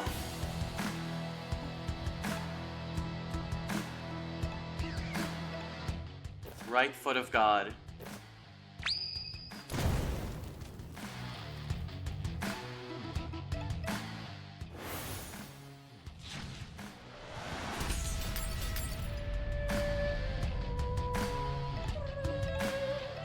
Encore. Now we pop it.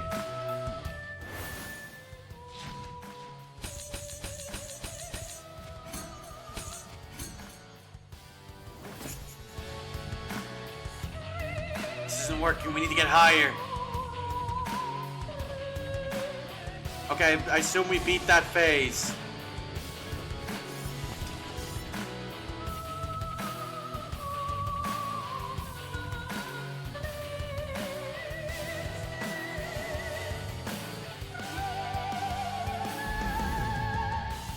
This one's for my brother. 600, huh? We have a number now.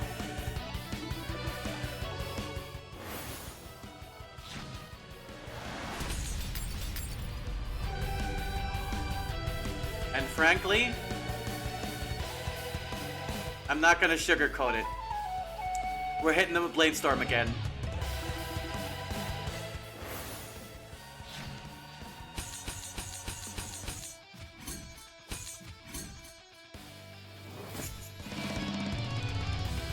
Right-handed got it. This bleeding flick. They didn't go for Verm. They didn't go for Verm. Let's go again, bitch. Your fucking right hand is gone. We cut it off. We're chipping the other one. You don't even know what's about to fucking happen to you, pal. Give him one of these. And frankly, encore.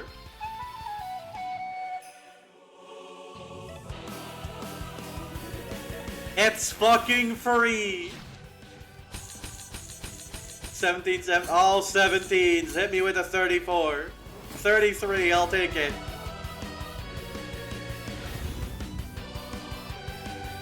Divine Wrath, that ain't shit, buddy.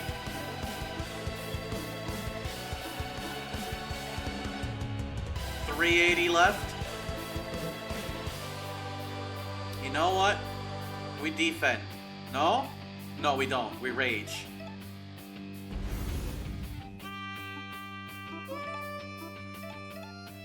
Coffee. Skyfall.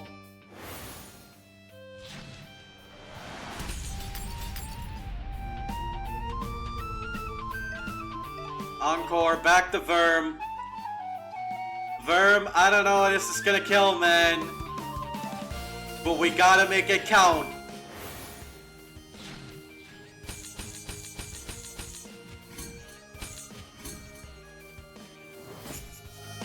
No, not yet. Oh, fuck. You stupid bitch. You went for the wrong one.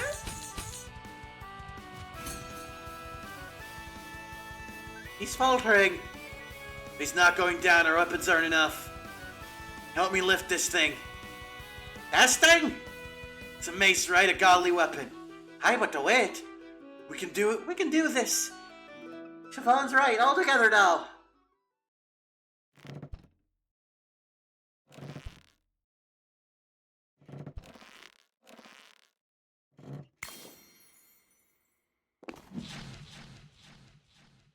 Oh shit!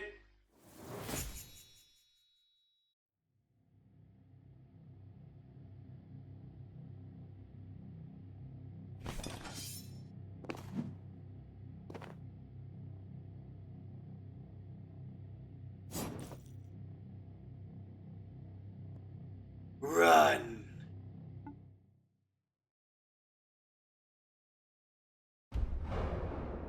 He didn't kill him.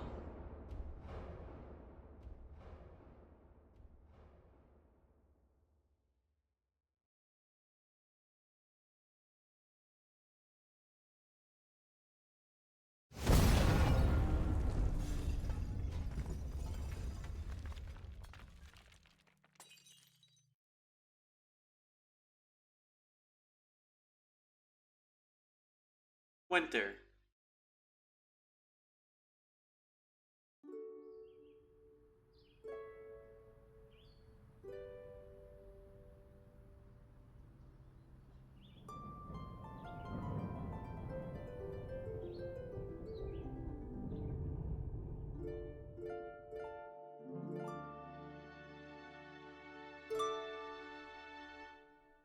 I hate it. Why, it's a good statue of Aye, very close likeness. It's not the point, it's just, it's gross. If people want to show their appreciation, let them. The bus will die down in a couple of days. Make a topple it, use it to target practice, piss on it or whatever. Thank you, Gwen, I'd very much like that. So, there's a couple of things I need to discuss with you in private. Stay a while and have a chat with everyone. When you're done, come meet me in the throne room. Alright. Hey Bruce, I just want to say thanks again for fetching me from Vrinium. Oh, no bother. That's the least I could do after what you did for me. Alright, Sky God, and how things go over there? Good and tidy. Now the dust has settled a bit. It's a genuine city of the people. No gods, no masters, you know? So you and Anton can just mill about all day. Aye, pretty much. Good times all around. Nice. How's the tail? It's holding up fine. I don't think I could have bested Blade Master Leo without it. We did, actually, completely. Glad to hear it. So, you killed him, right? You know what I mean? I did, not that I have much choice. I can well imagine. Something wrong? Feel a bit guilty about it, despite everything he just supported. I don't think Leo deserved to die. Guilt is a pain in the arse. Fades over time like any wound, but the scars remain. Still, it helps us keep our noses pointed in the right direction. Better to feel guilt than nothing at all. Guess so. Statue of you. Or at least, a mouse intended to resemble you. He carries an expression of noble valor, a hero among heroes. You don't recognize him. Grim stands strong. Save your game? Game has been saved. Alright. Oh shit. You sure took a beating. Yes, it's nothing. You see the other guys, really, yeah, it could have gone much worse. It sure have gone much worse. It's only thanks to the poor fate that we made it through our whiskers intact. Don't sell yourself short. Yeah, we got lucky, but it was all our blood and sweat that put everything into action. Right you are, we really did it. Did you seriously kill Leo in a duel? I find it difficult to believe. His dueling skill was terrifying, otherworldly. If anyone could do it, it would be If anyone could do it, it would have been you. The mouse who cheated death. Oh shit! Thank you for the raid. We're just at the end of the game, but hi, Darling Lung. Yeah, thank you for popping in. We're finishing up Small Saga. We're at the very end, so leave if you don't want to see spoilers for that. But I appreciate it. I wasn't trying to kill him. Duels don't offer much room for a peaceful outcome. With someone of Leo's skills, either kill or be killed. What are you gonna do now? These and I will leave the city for a bit, and the kingdom too, most likely. So I ought to say farewell. Let's leave it until next time. Right. Until next time, Verm. How you feeling? Much better. I don't see me getting out of Merida. Cool, where are you gonna go? I don't know, somewhere lush and green, I hope. That sounds peaceful. I'm gonna keep swinging my sword, though. I wanna get stronger. Strong enough that Rosie doesn't feel like she has to protect me. And maybe one day, you and me can have a rematch. A rematch? Well, we'll see about that. Guess what? I'm going full-time with my aunt. You know, Molly, the painter from the Marching Quarter? We're gonna open an exhibition together, right here in the Palace Galleries. That sounds cool. Maybe I'll come and see it. Please do. I was this close to getting promoted to sergeant, and then the Symbol Guard when it got disbanded. What do I do now? I've got some thinking to do. Aren't you worried, Magnus? Didn't you know the pros will be after all next? Well then, let's not give them reason to act.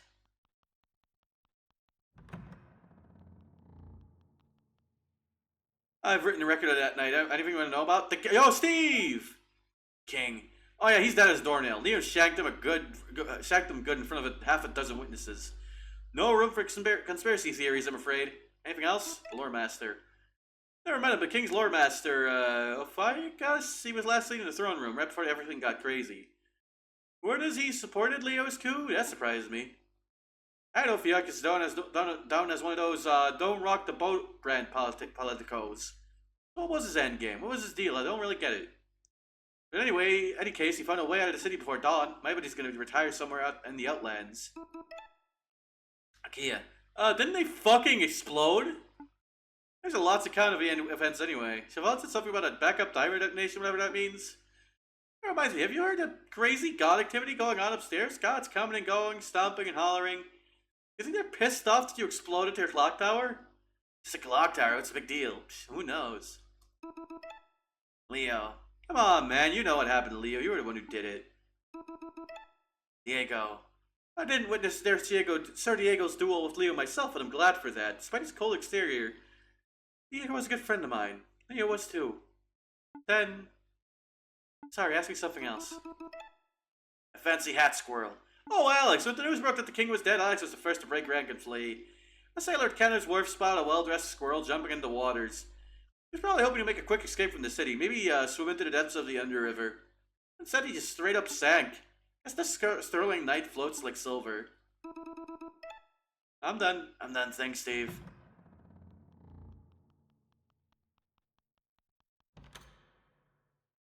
Oh shit. There's a fucking horde in here. Oh my god. Oh my god, there's so much.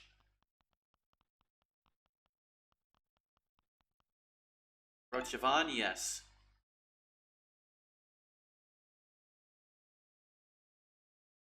What's up? So, there's something troubling I learned from Plague Master Akia's notes. I'm sorry to tell you this, but there are many yellow gods, not just one. In fact, it's very likely that the yellow god we fought isn't the same one you saw as a child. Oh, yeah, I know. I always knew. Or at least I figured out that any god could wear the yellow god's robes. I guess from the outside, my quest looked a bit stupid. But I never had any delusions about what I was doing. I knew I was never going to get my brother or my tail back from the yellow god. So I chased the yellow god's shadow. The hunt brought me, well, not quite peace, but something. An outlet, a direction for my anger. I see.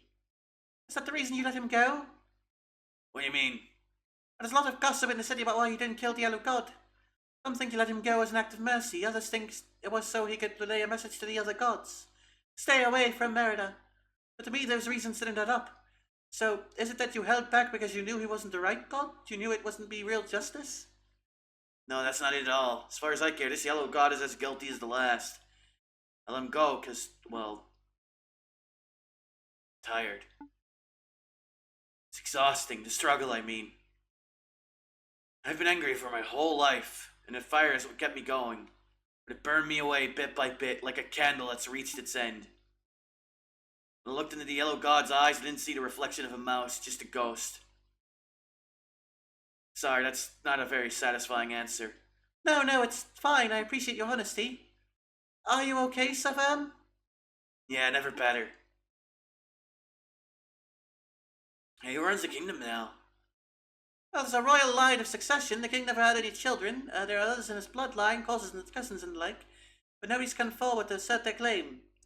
Well, I was probably scared off after hearing about the old king's death. Not to mention the whole god of death apocalypse thing. Most likely. So for now, at least the golden throne is vacant. Huh.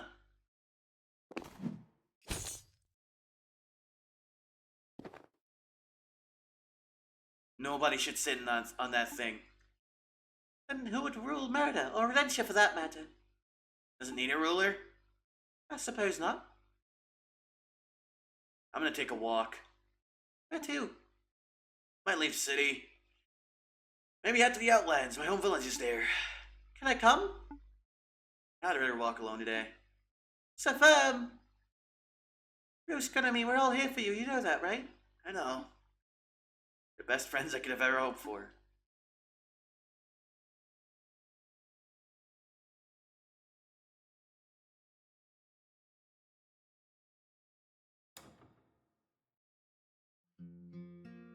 Alright. That was Small Saga. I'm gonna assume this is not DMCA. Also, I'm gonna crash out a little bit. Full of heartbreak and splendor. Go and may no foes. Let's just vibe a little bit to the music. Feral titans not how. Go Fi Young, that name sounds familiar. May no peril confound you. And though your poor prince lead far away from here, as lost in the wild realms you roam,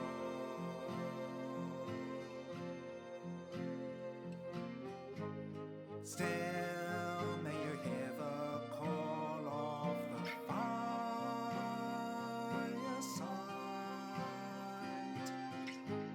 Still may your journey bring you home.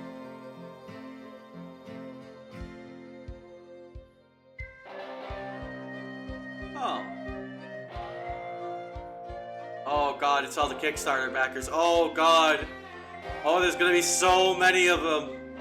We're only at a C now. Okay, actually, it's not going as long as I think. Oh wait, it's just the super backers. Oh, it's gonna be a while. Oh, it's a long credit sequence. I guess I'll just talk about my feelings on the game now. Yeah, this game was pretty cool. It's not like an all-time favorite or nothing, but like, I very much enjoyed my time with this. I think visual delight genuinely looks great. Oh, we're back here. Okay, I'm just gonna keep talking. Yeah, the biggest issue with the mechanics is just everything dies too quickly. Once you like really, even without that helmet, I think I would have destroyed that end game. Which is unfortunate, because I like everything else here a lot. The writing's on the whole pretty good. Again, occasionally, like, they'll throw in a little fucking, like, modern slang thing that I don't think really, like, it helps the game's writing. Like, it feels very out of place, and it's like, but you know. But that's not a huge issue. Yeah, presentation-wise, it's great all the way. Writing-wise, those little things aside, very strong, very, very neat. It's definitely not subtle in what it's about, but that's fine. It doesn't always need to be, right? Yeah, I don't know, I enjoyed my time with this a lot. Now, I don't have a ton to talk about. I think the fact that there's a lot of... It's very, very queer, right? Like, obviously, this is an incredibly queer game. The main character's Aero Ace. Siobhan's non-binary, Gwen is bisexual, Bruce is gay. Like, very queer game, very obviously. There's a lot of shit going on with the gray and red squirrels that's very, like... It's definitely saying some shit about, colonization and stuff, right? Not colonization necessarily, but like... You know what I mean? It was... I'm lacking the vocabulary for the moment, but you know the... Oh, yo, I know one of those people. I saw a name in the credits I recognized. It's crazy. Yeah, this game's cool. Now that said, what are we looking at for the future, right? And that's simple, because we got some releases that are upcoming that I am very curious about. We've had to make a scroll tree great again to a weasel. Like, actually though, right? Like, that I was surprised we'd actually never saw Lamia again. I would have assumed Lamia would have, like, shown back up later. Maybe there was like a side quest I missed or something. I don't know. But Lamia felt like a character that would have come back later as like an optional boss or something to that effect. But oh well. Yeah, so what's the future holding for us? Unless there's something the game wants to say now, or if there's a little bit more. Or post-credits or whatever. No, just small slug. Okay. This is strong. Oh, he's gone! He's gone from the flame. Neat. Alright. So, what does the future hold for us? Digimon. I am starting Digimon this Tuesday. That is immediately. I'm going to play Digimon. Time Stranger. The new one. I am insanely fucking hyped for Digimon. Like, one of my, like, biggest, awaited games fucking this whole year. I'm really looking forward to Time Stranger. After that, like, the Thursday slot is vacant for this week. I don't think we're doing anything on Thursday. Wednesday is still VTM. There's a chance I might move VTM to Thursday. We'll see. We'll see. I'll think about it. 100 Line, Saturday. As we have been, right? And then, starting the week after, I am going to, either on Wednesday or Thursday, start streaming another upcoming game that releases then. by the name of, let me just check the title real quick to make sure I get it right.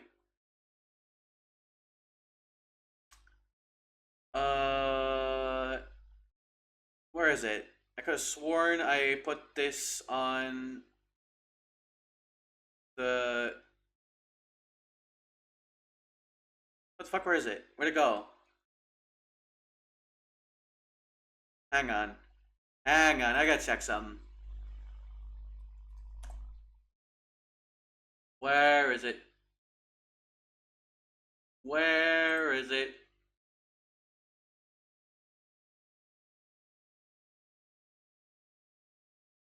It is a visual novel about robots, and you have to get to know them within a limited time because their battery is only active for a little bit. It's like the concept behind it, but it looks really neat.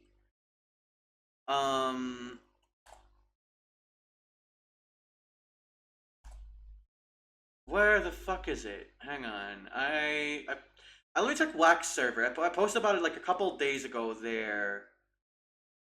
It was Battery Note. It was Battery Note. That's the game. All right. So we're checking that out when that releases. I thought I wishlisted that game, but it appears not. Yeah, I did. Okay, apparently you didn't. Huh. There is a demo out for that, but I'm not gonna play that because that's coming out soon on October 10th. So look forward to that. All right. I will see you next time. For now, we're gonna raid out into Jackie Myers. I don't have a raid message or nothing, so we're just gonna vibe. We're gonna hop in there. We're gonna watch her and Fran suffer through It Takes Two, a game that's killing them slowly. Hope y'all have a good one. Catch you next time. And I'll see you there. See you later. All right. Goodbye.